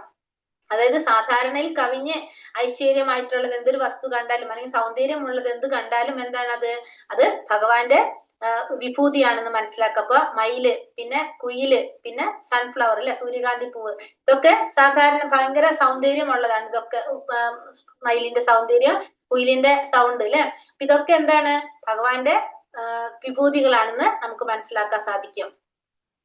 ഇനി അടുത്തതിൽ എന്താ പറയുന്നത്, ഇവിടെ ലാസ്റ്റ് ശ്ലോകാണിത്. അഥവാ ബഹുനൈതേന കിം ജ്ഞാതേന തവാർജുന വിഷ്ടപ്യാഹമിദം കൃഷ്ണ മേകാംശേന സ്ഥിതോ ജഗത്. അല്ലെങ്കിൽ അർജുന, ഇനിയും വിശദമായി ഇതെല്ലാം അറിഞ്ഞിട്ട് എന്ത് വേണം? എന്റെ ഒരു ചെറിയ അംശം മാത്രമാണ് ഈ മഹാപ്രപഞ്ചത്തിൽ വ്യാപിച്ച് അതിനെ നിലനിർത്തുന്നത്. അപ്പൊ ഭഗവാൻ അർജുനനോട് പറഞ്ഞു കൊടുക്കാണ്, ഇനിയും ഇതിനെക്കുറിച്ച് കൂടുതൽ അറിഞ്ഞിട്ട് എന്താണ് വേണ്ടത്? അപ്പോ എന്റെ ഒരു ചെറിയൊരു അംശം മാത്രമാണ്, ഭഗവാന്റെ ഒരു ചെറിയ അംശം മാത്രമാണ് ഈ മഹാപ്രപഞ്ചത്തിൽ വ്യാപിച്ച് ഇതിനൊക്കെ നിലനിർത്തിക്കൊണ്ടു പോകുന്നതാണ് ഭഗവാൻ പറയുന്നത്. ഭഗവാന്റെ ചെറിയൊരു അംശം മാത്രമാണ് ഈ മഹാപ്രപഞ്ചത്തിൽ വ്യാപിച്ച് ഇതിനെല്ലാം നിലനിർത്തിക്കൊണ്ടു പോകുന്നത്. അപ്പൊ ഇനി ഇതിനെ കുറിച്ച് കൂടുതൽ അറിഞ്ഞിട്ട് എന്ത് വേണം എന്നാണ് ഇവിടെ അർജുനനോട് ഭഗവാൻ ചോദിക്കുന്നത്. അപ്പൊ ഭഗവാന്റെ ചെറിയൊരു അംശം അത് മാത്രമാണ് ഈ പ്രപഞ്ചത്തെ നിലനിർത്താനായിട്ട് എടുക്കുന്നത്.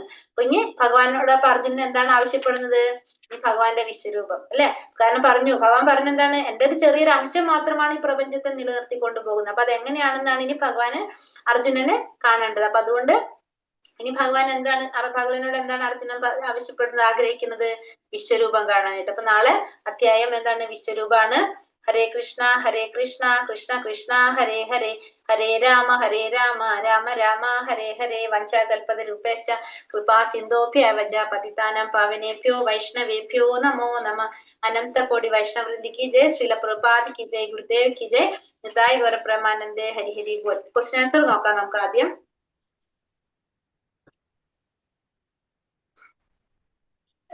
ഏതാണ് ക്വസ്റ്റ്യൻ? നമ്മൾ ഒന്നാമത്തെ വിഭൂതി എന്നാൽ വിഭൂതി എന്ന് വെച്ചാൽ എന്താണ്? വിഭൂതി എന്ന് വെച്ചാൽ എന്താണ്? വിഭൂതി എന്ന് പറഞ്ഞാൽ നമ്മുടെ ഇന്ദ്രിയങ്ങൾക്ക് മനസ്സിലാക്കാൻ കഴിയാത്ത മനസ്സിലാക്കാൻ സാധിക്കുന്ന വിധത്തിൽ ഭഗവാനെ കാണുവാൻ എങ്ങനെയാണോ കാണാൻ കഴിയുന്നത്, ഇതാണ് വിഭൂതി. നമ്മുടെ ഇന്ദ്രിയത്തിൽ ഈ ഭൗതിക പ്രപഞ്ചത്തിൽ ഭഗവാൻ എങ്ങനെ നിറഞ്ഞു നിൽക്കുന്നു, എങ്ങനെ കാണുന്നു എന്നുള്ളതാണ് എന്ത്? വിഭൂതി എന്നുകൊണ്ട് അർത്ഥമാക്കുന്നത്. ഇതിന്റെ കുറിച്ച് എന്തെല്ലാം അറിഞ്ഞുകൂടാന്നാണ് ഭഗവാൻ പറയുന്നത്?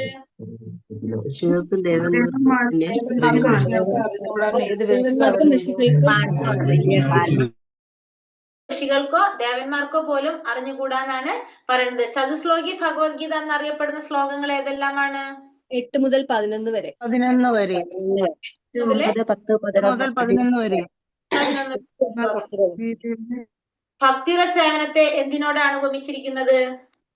ജീവാത്മാവിന്റെ ജീവനിൽ ബീജം നട്ടു കഴിഞ്ഞാൽ ബീജഭാവത്തോടാണ് ഉപമിച്ചിരിക്കുന്നത്. ഭഗവത്ഗീത ഉപദേശങ്ങളുടെ സാരം അതെന്താണ്? ജീവിതത്തിനു വേണ്ടി ഭൗതിക ആവശ്യങ്ങളെ പറ്റി ഭക്തൻ വിഷമിക്കേണ്ടതില്ല, ഉത്കണ്ഠയും വേണ്ട. ഹൃദയത്തിലെ അന്ധകാരം നീങ്ങിപ്പോയാൽ ഭക്തന്റെ സേവനത്താൽ സന്തുഷ്ടനായ ഭഗവാൻ ആവശ്യങ്ങളെല്ലാം നിറവേറ്റി കൊടുക്കും. അതായത് ആ 4 ശ്ലോകങ്ങൾ ചതുശ്ലോകി ഉണ്ടല്ലോ, അതാണ് ഭഗവത്ഗീത ഉപദേശങ്ങളുടെ സാരം പറയുന്നത്. അതാണ് മാതാജി ഇപ്പൊ പറഞ്ഞത്. അതാണ് ആ 4 ശ്ലോകത്തിന്റെ ഉപദേശമാണ് പറയുന്നത് കേട്ടോ. യജ്ഞങ്ങളിൽ ഭഗവാൻ എന്താണ്? തിരുനാമജപം. അശ്വങ്ങളിൽ ഭഗവാൻ ആരാണ്? സൃഷ്ടികർത്താക്കളിൽ ഭഗവാൻ ആരെ പ്രതിനിധീകരിക്കുന്നു? ബ്രഹ്മാവിനെ. 41ാമത്തെ ശ്ലോകത്തിൽ എന്താ പറയുന്നത്?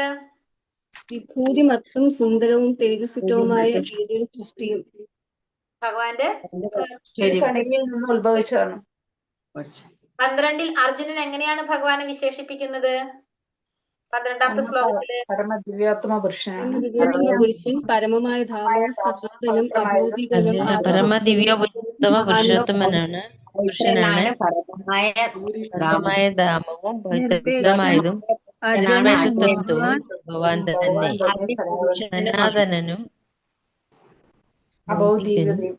അഭൗതികനും ആദിപുരുഷനും അജനും മഹാനുമാണ്. അങ്ങനെ ദേവർഷിയായ നാരദനും അസിതൻ ദേവലൻ വിശേഷിപ്പിക്കുന്ന എങ്ങനെയാണ്? പരം ബ്രഹ്മ, പരം ധാമ, പവിത്രം, പരമം ഭവാൻ. അങ്ങ് പരബ്രഹ്മമാണ്, പരമധാമമാണ് എന്ന് പറയുന്നില്ലേ? അതാണ് അർജുനൻ വിശേഷിപ്പിക്കുന്നത്. പരം ബ്രഹ്മ, പവിത്രം, പരമം ഭവാൻ. അതാണ് അർജുനൻ പറയുന്നത്. മനസ്സിലായോ? ഒരിക്കലും കൂടി പറഞ്ഞു തരുമോ? പരം ബ്രഹ്മ, ആ ശ്ലോകം എന്താ പറഞ്ഞത്? ശ്ലോകം 12. എന്താ ഒന്ന് വായിച്ച ശ്ലോകം? പരബ്രഹ്മം പവിത്രം, പരമം ഭവാൻ അല്ലെ? അങ്ങ് പരബ്രഹ്മമാണ്, പുരുഷം ശാശ്വതം ദിവ്യമാതി ദേവമജം. പരബ്രഹ്മമാണ്, പരമായ ധാമമാണ്, പവിത്രം പരമം ഭവാൻ അല്ലെ? പവിത്രം പരമം ഭവാൻ. അതാണ് അർജുനൻ പറയുന്നത്. ആദ്യത്തെ അവധികള് മാത്രം പറഞ്ഞാൽ മതി. പരബ്രഹ്മമാണ്, പരമമായ ധാമവും പവിത്രമായത് ബ്രഹ്മവും പരമമായ ധാമവും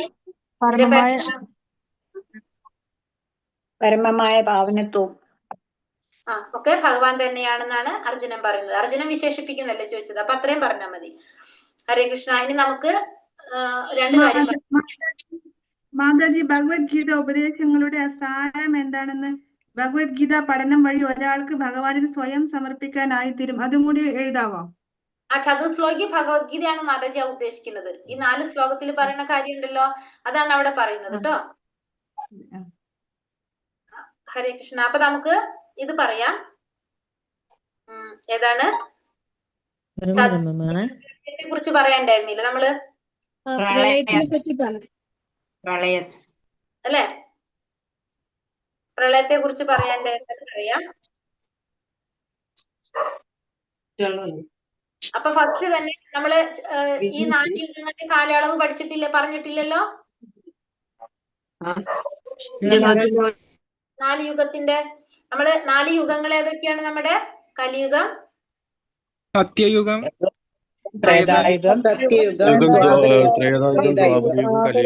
കലിയുഗം.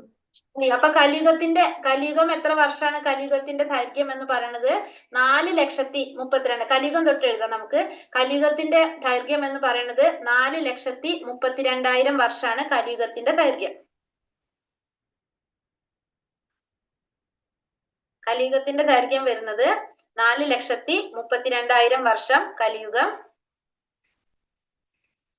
ഇത് എന്ന് മുതൽ തുടങ്ങി മാതാജി കലിയുഗം? 5125 വർഷം കഴിഞ്ഞു മാതാജിപ്പ തുടങ്ങിയിട്ട്. അപ്പൊ കലിയുഗം 4,32,000. അത് കഴിഞ്ഞിട്ട് അടുത്തത് അതിന്റെ മുകളിൽ വരുന്നത് ഏതാണ്? ദ്വാപരയുഗം. 4,32,000 ഇൻറ്റു 2 അതാണ് ദ്വാപരയുഗം. അതായത് 8,64,000. 4,32,000 ഇൻറ്റു 2 അതാണ് ദ്വാപരയുഗം വരുന്നത്. ദ്വാപരയുഗം വരുമ്പോ ഇൻറ്റു 2, ത്രേതായുഗം വരുമ്പോ ഇൻറ്റു 3, സത്യയുഗം വരുമ്പോൾ ഇൻറ്റു 4. അങ്ങനെയാണ് ഓരോ യുഗങ്ങളുടെയും കാലയളവ്. അതായത് ഫസ്റ്റത്തെ 4,32,000, രണ്ടാമത്തെ ദ്വാപരയുഗം വന്നപ്പോ 4,32,000 ഇൻറ്റു 2 എത്ര വരെ? 8,64,000. മൂന്നാമത്തത് ത്രേതായുഗം വന്നപ്പോൾ 4,32,000 ഇൻറ്റു 3. പിന്നെ നാലാമത്തത് അതായത് 12,96,000. പിന്നെ നാലാമത്തത് വന്നിട്ട് 4,32,000 ഇൻറ്റു 4 അതായത് സത്യയുഗം 17,28,000. അതാണ് 4 യുഗങ്ങള് കാലദൈർഘ്യം പറയുന്നത്. പറയോ? മാതാജി ഇങ്ങനെ എഴുതിട്ടോ, 4,32,000 ഇൻറ്റു 2, 3, 4. 2 എന്ന് ഫസ്റ്റ് 4,32,000 കലിയുഗം. അത് കഴിഞ്ഞിട്ട് അടുത്തത് ദ്വാപരയുഗം വരുമ്പോ 4,32,000 432 30 ഇൻറ്റു 2. പിന്നെ വന്നിട്ട് അതിന്റെ മുകളിൽ ഏതാണ്? ത്രേതായുഗം അല്ലെ? 4,32,000 ഇൻറ്റു 3. നാലാമത്തത് സത്യയുഗം, ഏറ്റവും മുകളില് സത്യയുഗം വന്നപ്പോ 4,32,000 ഇൻറ്റു 4. ഇതിന്റെ സംഖ്യ പറയാം ഞാൻ. 17,28,000 സത്യയുഗം വരും. സത്യയുഗത്തിനെ കൃതയുഗം എന്നും കൂടി പറയും. 17,28,000 സത്യയുഗം, 12,96,000 ത്രേതായുഗം, 8,64,000 അപരയുഗം, 4,32,000 കലിയുഗം. 4 യുഗങ്ങളെ കിട്ടിയല്ലോ കാലയളവ്. വർഷം കഴിഞ്ഞു മാതാജി പറഞ്ഞത് കലിയുഗം. നമുക്ക് പറയാം മാതാജി വരാട്ടോ. അത് കഴിഞ്ഞിട്ട് ഇപ്പൊ നമ്മൾ ഈ 4 യുഗങ്ങളെയാണ് ചതുർയുഗം എന്ന് പറയുന്നത്. ഈ 4 യുഗങ്ങളെ കൂടി നമ്മൾ എന്തെന്ന് പറയാം? ചതുർയുഗം എന്ന് നമുക്ക് പറയാം. ചാറ് ഹിന്ദിയിൽ പറയുന്ന വേർഡ് ചാറ് എന്നല്ലേ. അപ്പൊ ചതുർയുഗം എന്ന് പറയാണ്, അല്ലെങ്കിൽ മഹായുഗം എന്ന് പറയും. ഈ 4 യുഗങ്ങളെ നമ്മൾ ഒരുമിച്ച് ചതുർയുഗം അല്ലെങ്കിൽ മഹായുഗം എന്ന് പറയും. അപ്പൊ ഈ ഓരോ യുഗം കഴിയുമ്പോഴും ധർമ്മത്തിന്റെ അളവിൽ എന്ത് സംഭവിക്കാണ്? കുറവ് സംഭവിച്ച് വരാണ് ചെയ്യുന്നത്. അങ്ങനെ നമ്മളെ പ്രപഞ്ചത്തില് മാറ്റം വന്നുകൊണ്ടേയിരിക്കുന്നതാണ് പറയുന്നത്. അപ്പൊ ഫസ്റ്റ് സത്യയുഗത്തില് ധർമ്മം എന്ന് പറഞ്ഞാല് 4 പാദങ്ങളും, ധർമ്മത്തിന് ഫുള്ള് 4 തൂണുകൾ ഉണ്ടായിരുന്നു ധർമ്മത്തിന്. സത്യയുഗത്തില് ധർമ്മത്തിന്റെ 4 പൂർണ്ണമായിട്ടുണ്ടായിരുന്നു. അടുത്ത യുഗം വന്നപ്പോൾ എന്തായി? ഒരെണ്ണം കുറഞ്ഞു. സത്യയുഗം കഴിഞ്ഞു. അത് കഴിഞ്ഞിട്ട് പിന്നത്തെ വന്നപ്പോ അപ്പൊ സത്യയുഗത്തിലുള്ള ജനങ്ങൾ പൊതുവെ എങ്ങനെയായിരിക്കും? സത്യസന്ധരായിരുന്നു, ദയാലുക്കളായിരുന്നു, രോഗങ്ങൾ ഉണ്ടായിരുന്നില്ല, ആരോടും ശത്രുത ഒന്നും ഉണ്ടായിരുന്നില്ല സത്യയുഗത്തില്. അത് കഴിഞ്ഞിട്ട് രണ്ടാമത്തെ യുഗം ത്രേതായുഗം വന്നപ്പോൾ എന്തായി? ഒരെണ്ണം കുറഞ്ഞു. ധർമ്മത്തിന്റെ ഒരെണ്ണം പോയി 3 ഭാഗമായി. അപ്പൊ അവിടെ ത്രേതായുഗം വന്നപ്പോൾ എന്തായി? മനുഷ്യര് കർമ്മങ്ങളും യാഗങ്ങൾക്കൊക്കെ പ്രാധാന്യം കൊടുത്തു തുടങ്ങി. ആഗ്രഹങ്ങളും സ്വാർത്ഥകതകളൊക്കെ പതുക്കെ വന്നു തുടങ്ങി. എവിടെ വന്നപ്പോൾ? രണ്ടാമത്തെ ത്രേതായുഗത്തിൽ വന്നപ്പോ. മനുഷ്യായുസ് നമ്മൾ ഓൾറെഡി പറഞ്ഞിട്ടുണ്ടായിരുന്നു 10,000 വർഷമായിരുന്നു. സത്യയുഗത്തില് 1,00,000 വർഷമായിരുന്നു ആയുസ് അല്ലെ. അത് കഴിഞ്ഞിട്ട് മൂന്നാമത്തെ യുഗം ദ്വാപരയുഗം വന്നപ്പോൾ എന്തായി? 2 എണ്ണായി. ധർമ്മം അധർമ്മം ഒപ്പത്തിനായി, ബാലൻസ് ചെയ്തു പോയി തുടങ്ങി അല്ലെ. അപ്പൊ എന്ത് സംഭവിച്ചു? മനുഷ്യരില് അസൂയ വന്നു, അസംതൃപ്തി വന്നു, യുദ്ധങ്ങൾ വന്നു. അങ്ങനെ പിന്നെ വേദങ്ങളൊക്കെ വിഭജിച്ചതൊക്കെ എവിടെയാണ്? മൂന്നാമത്തെ യുഗത്തിൽ, അതായത് ദ്വാപരയുഗത്തിന്റെ അവസാനത്തില്, കലിയുഗത്തിന്റെ ആരംഭത്തിലാണ് അതൊക്കെ നടക്കുന്നത്. അങ്ങനെയാണ് മൂന്നാമത്തെ യുഗം ദ്വാപരയുഗം പോകുന്നത്. അത് കഴിഞ്ഞിട്ട് 4ാമത്തെ യുഗം കലിയുഗം വന്നപ്പോൾ എന്തായി? അധർമ്മം മാത്രമായി. അപ്പൊ അവിടെ എന്താണ്? സത്യം ഇല്ല, പവിത്രത ഇതൊക്കെ നശിക്കാൻ തുടങ്ങി. ഒന്നും ഇല്ല, എല്ലാതും അധികാരത്തിന് പ്രാധാന്യം കൊടുക്കുക, പ്രകൃതിക്ഷോഭങ്ങൾ, അങ്ങനെ എന്തൊക്കെ പ്രശ്നങ്ങളുണ്ട് അതൊക്കെ ഏത് യുഗത്തിൽ വന്നു? കലിയുഗത്തില് വന്നു. അതാണ് ഈ 4 യുഗങ്ങള് പറയുന്നത്. ഇനി ഈ 4 യുഗങ്ങളില് നമസ്തേ മാതാജി, ഈ 4 യുഗങ്ങൾ ഇപ്പൊ കലിയുഗം കഴിഞ്ഞ വീണ്ടും വരാൻ പോകുന്ന ദ്വാപരയുഗം തന്നെയാണോ? സത്യയുഗം, വീണ്ടും സത്യയുഗം വരും. ഇനി നമുക്ക് പറയേണ്ടത് ബ്രഹ്മാവിന്റെ ആയുസ് പറയണം അല്ലെ നമുക്ക്. അപ്പൊ നമുക്ക് ഇപ്പൊ ഈ 4 യുഗങ്ങളും കൂടി കൂട്ടിക്കഴിഞ്ഞാൽ നിങ്ങൾക്ക് ഒരു സംഖ്യ കിട്ടും. 43,20,000 ടോട്ടൽ ചെയ്ത് കഴിഞ്ഞാൽ കിട്ടും നമുക്ക്. 43,20,000 ആണ് ആ കിട്ടുന്ന സംഖ്യ. നോക്കിക്കഴിഞ്ഞാൽ അറിയാം. കേട്ടില്ലായിരുന്നു മാതാജി പറഞ്ഞത്. കേട്ടില്ലായിരുന്നു. എന്ത് കേട്ടില്ല മാതാജി? ശബ്ദം കേട്ടില്ലായിരുന്നു പറഞ്ഞത്. ഇപ്പൊ പറഞ്ഞത് ഇത് 4 കൂടി കൂട്ടിക്കഴിഞ്ഞാൽ നമുക്ക് എത്ര നമ്പർ കിട്ടുന്നത്? 43,20,000. അത് ബ്രഹ്മാവിന്റെ ആയുസ് അതല്ല, അതൊരു ചതുർയുഗം. അതായത് ഈ 4 യുഗങ്ങളുടെ ടോട്ടലാണത്. അങ്ങനത്തെ ബ്രഹ്മാവിന്റെ ആയുസ് എന്ന് പറഞ്ഞെങ്കിൽ 1000 ചതുർയുഗാണ് ബ്രഹ്മാവിന്റെ ഒരു പകല്. ബ്രഹ്മാവിന്റെ ആയുസ് 100 വർഷമാണ് നമ്മൾ കണ്ടുവച്ചിട്ടുണ്ട്. കേട്ടിട്ടില്ല? 100 വയസ്സ് നമ്മള് നമ്മളെ ക്ലാസ്സിൽ പറഞ്ഞു 100 വർഷമാണെന്ന്. ഉണ്ടാവില്ല അല്ലെ? ഇല്ല. നമുക്കപ്പോ പ്രളയമാണ് നമ്മൾ പറയേണ്ട സബ്ജക്റ്റ് അല്ലെ? സോറി. ഓക്കെ. അപ്പൊ നമുക്ക് പറയേണ്ടത് ബ്രഹ്മാവിന്റെ ഒരു പകല്. ബ്രഹ്മാവിന്റെ ഒരു പകലിനെ കൽപ്പം എന്ന് പറയും. ബ്രഹ്മാവിന്റെ ഒരു പകൽ എന്ന് പറഞ്ഞാല് 1000 ചതുർയുഗങ്ങളാണ് ബ്രഹ്മാവിന്റെ ഒരു പകല്. 1000 ചതുർയുഗങ്ങളാണ് ബ്രഹ്മാവിന്റെ. 4,32,000 അല്ലേ? അപ്പൊ ഒരു ചതുർയുഗം നമുക്കിപ്പോ കിട്ടിയിട്ടുണ്ട് അല്ലെ? ചതുർയുഗം എത്രയാണ്? 43,20,000. 4 യുഗം ഒരു ചതുർയുഗം. അങ്ങനത്തെ 1000 ചതുർയുഗാണ് ബ്രഹ്മാവിന്റെ ഒരു പകല്. അപ്പൊ എത്രയാ വരാം? 43,20,000 ഇൻറ്റു 1000. അതാണ് ബ്രഹ്മാവിന്റെ ഒരു പകല്. നമ്മളെ പോലെയല്ല. ബ്രഹ്മാവിന്റെ ഒരു പകൽ എന്ന് പറഞ്ഞാല് 43,20,000 ഇൻറ്റു 1000 അല്ലെ? 432 കോടി വർഷം. അതാണ് എന്ത്? ബ്രഹ്മാവിന്റെ ഒരു പകല്. ഒരു പകല്. ദിവസമായിട്ടില്ല, പകലായിട്ടുള്ളൂ. 432 കോടി വർഷമാണ് ബ്രഹ്മാവിന്റെ ഒരു പകല്. ഇനി അത്ര നേരം രാത്രി ഉണ്ടാവില്ല. അപ്പൊ രാത്രിയിൽ കുറവുണ്ടാവില്ലല്ലോ അല്ലെ? പകലിന്റെ അത്ര തന്നെ രാത്രി ഉണ്ടാവുമല്ലോ. അപ്പൊ ഇത്ര തന്നെ രാത്രി വരും. അപ്പൊ രാത്രി വരുമ്പോ എത്ര വരും? 2 അല്ലെ? ഇരട്ടി വരും അല്ലെ? അപ്പൊ 8,64,000 വരും. അപ്പൊ ബ്രഹ്മാവിന്റെ ഒരു ദിവസം കിട്ടും.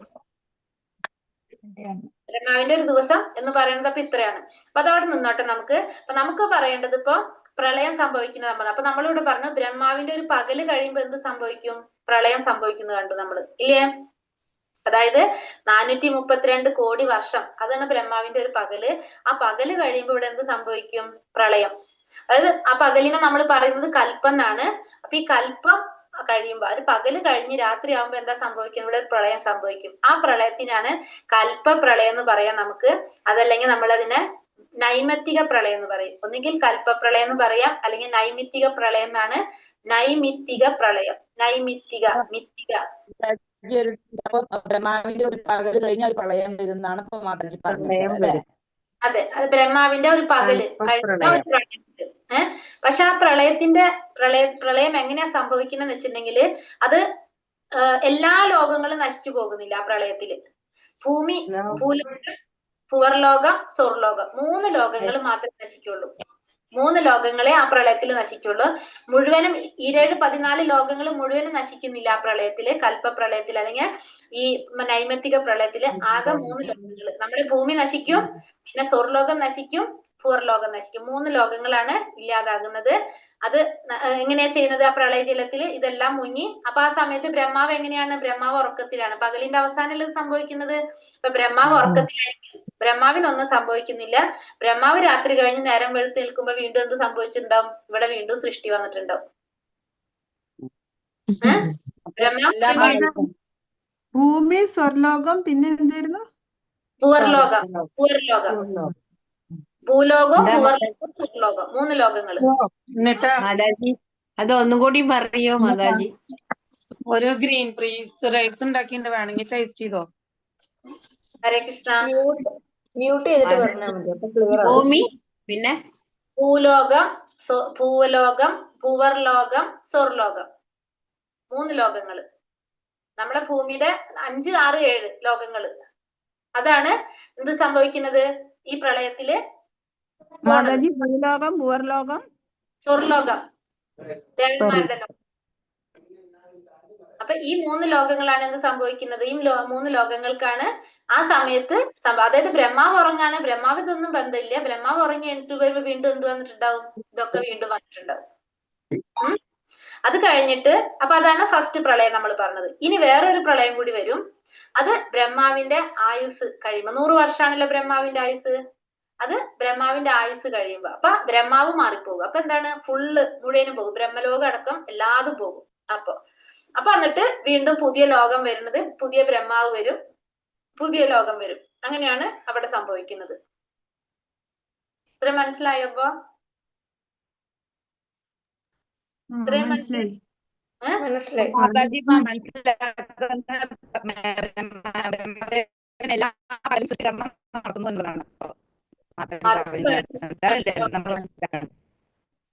മാതാജി പറയുന്നത് എനിക്ക് മനസ്സിലായില്ല.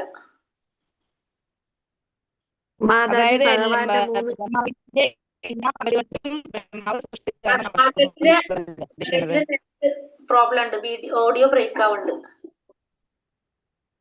മാതാജി 3 രൂപങ്ങൾ പറയാവോ? ഏത് മനസ്സിലായി? രൂപങ്ങൾ എന്ന് വെച്ചാല് ഭഗവാന്റെ 3 രൂപങ്ങളെന്ന് പറഞ്ഞിരിക്കുന്നത് അതെന്താണെന്ന് മനസ്സിലായില്ലേ? ഭഗവാന്റെ 3 രൂപങ്ങൾ ഏതിലാ മാതാജി?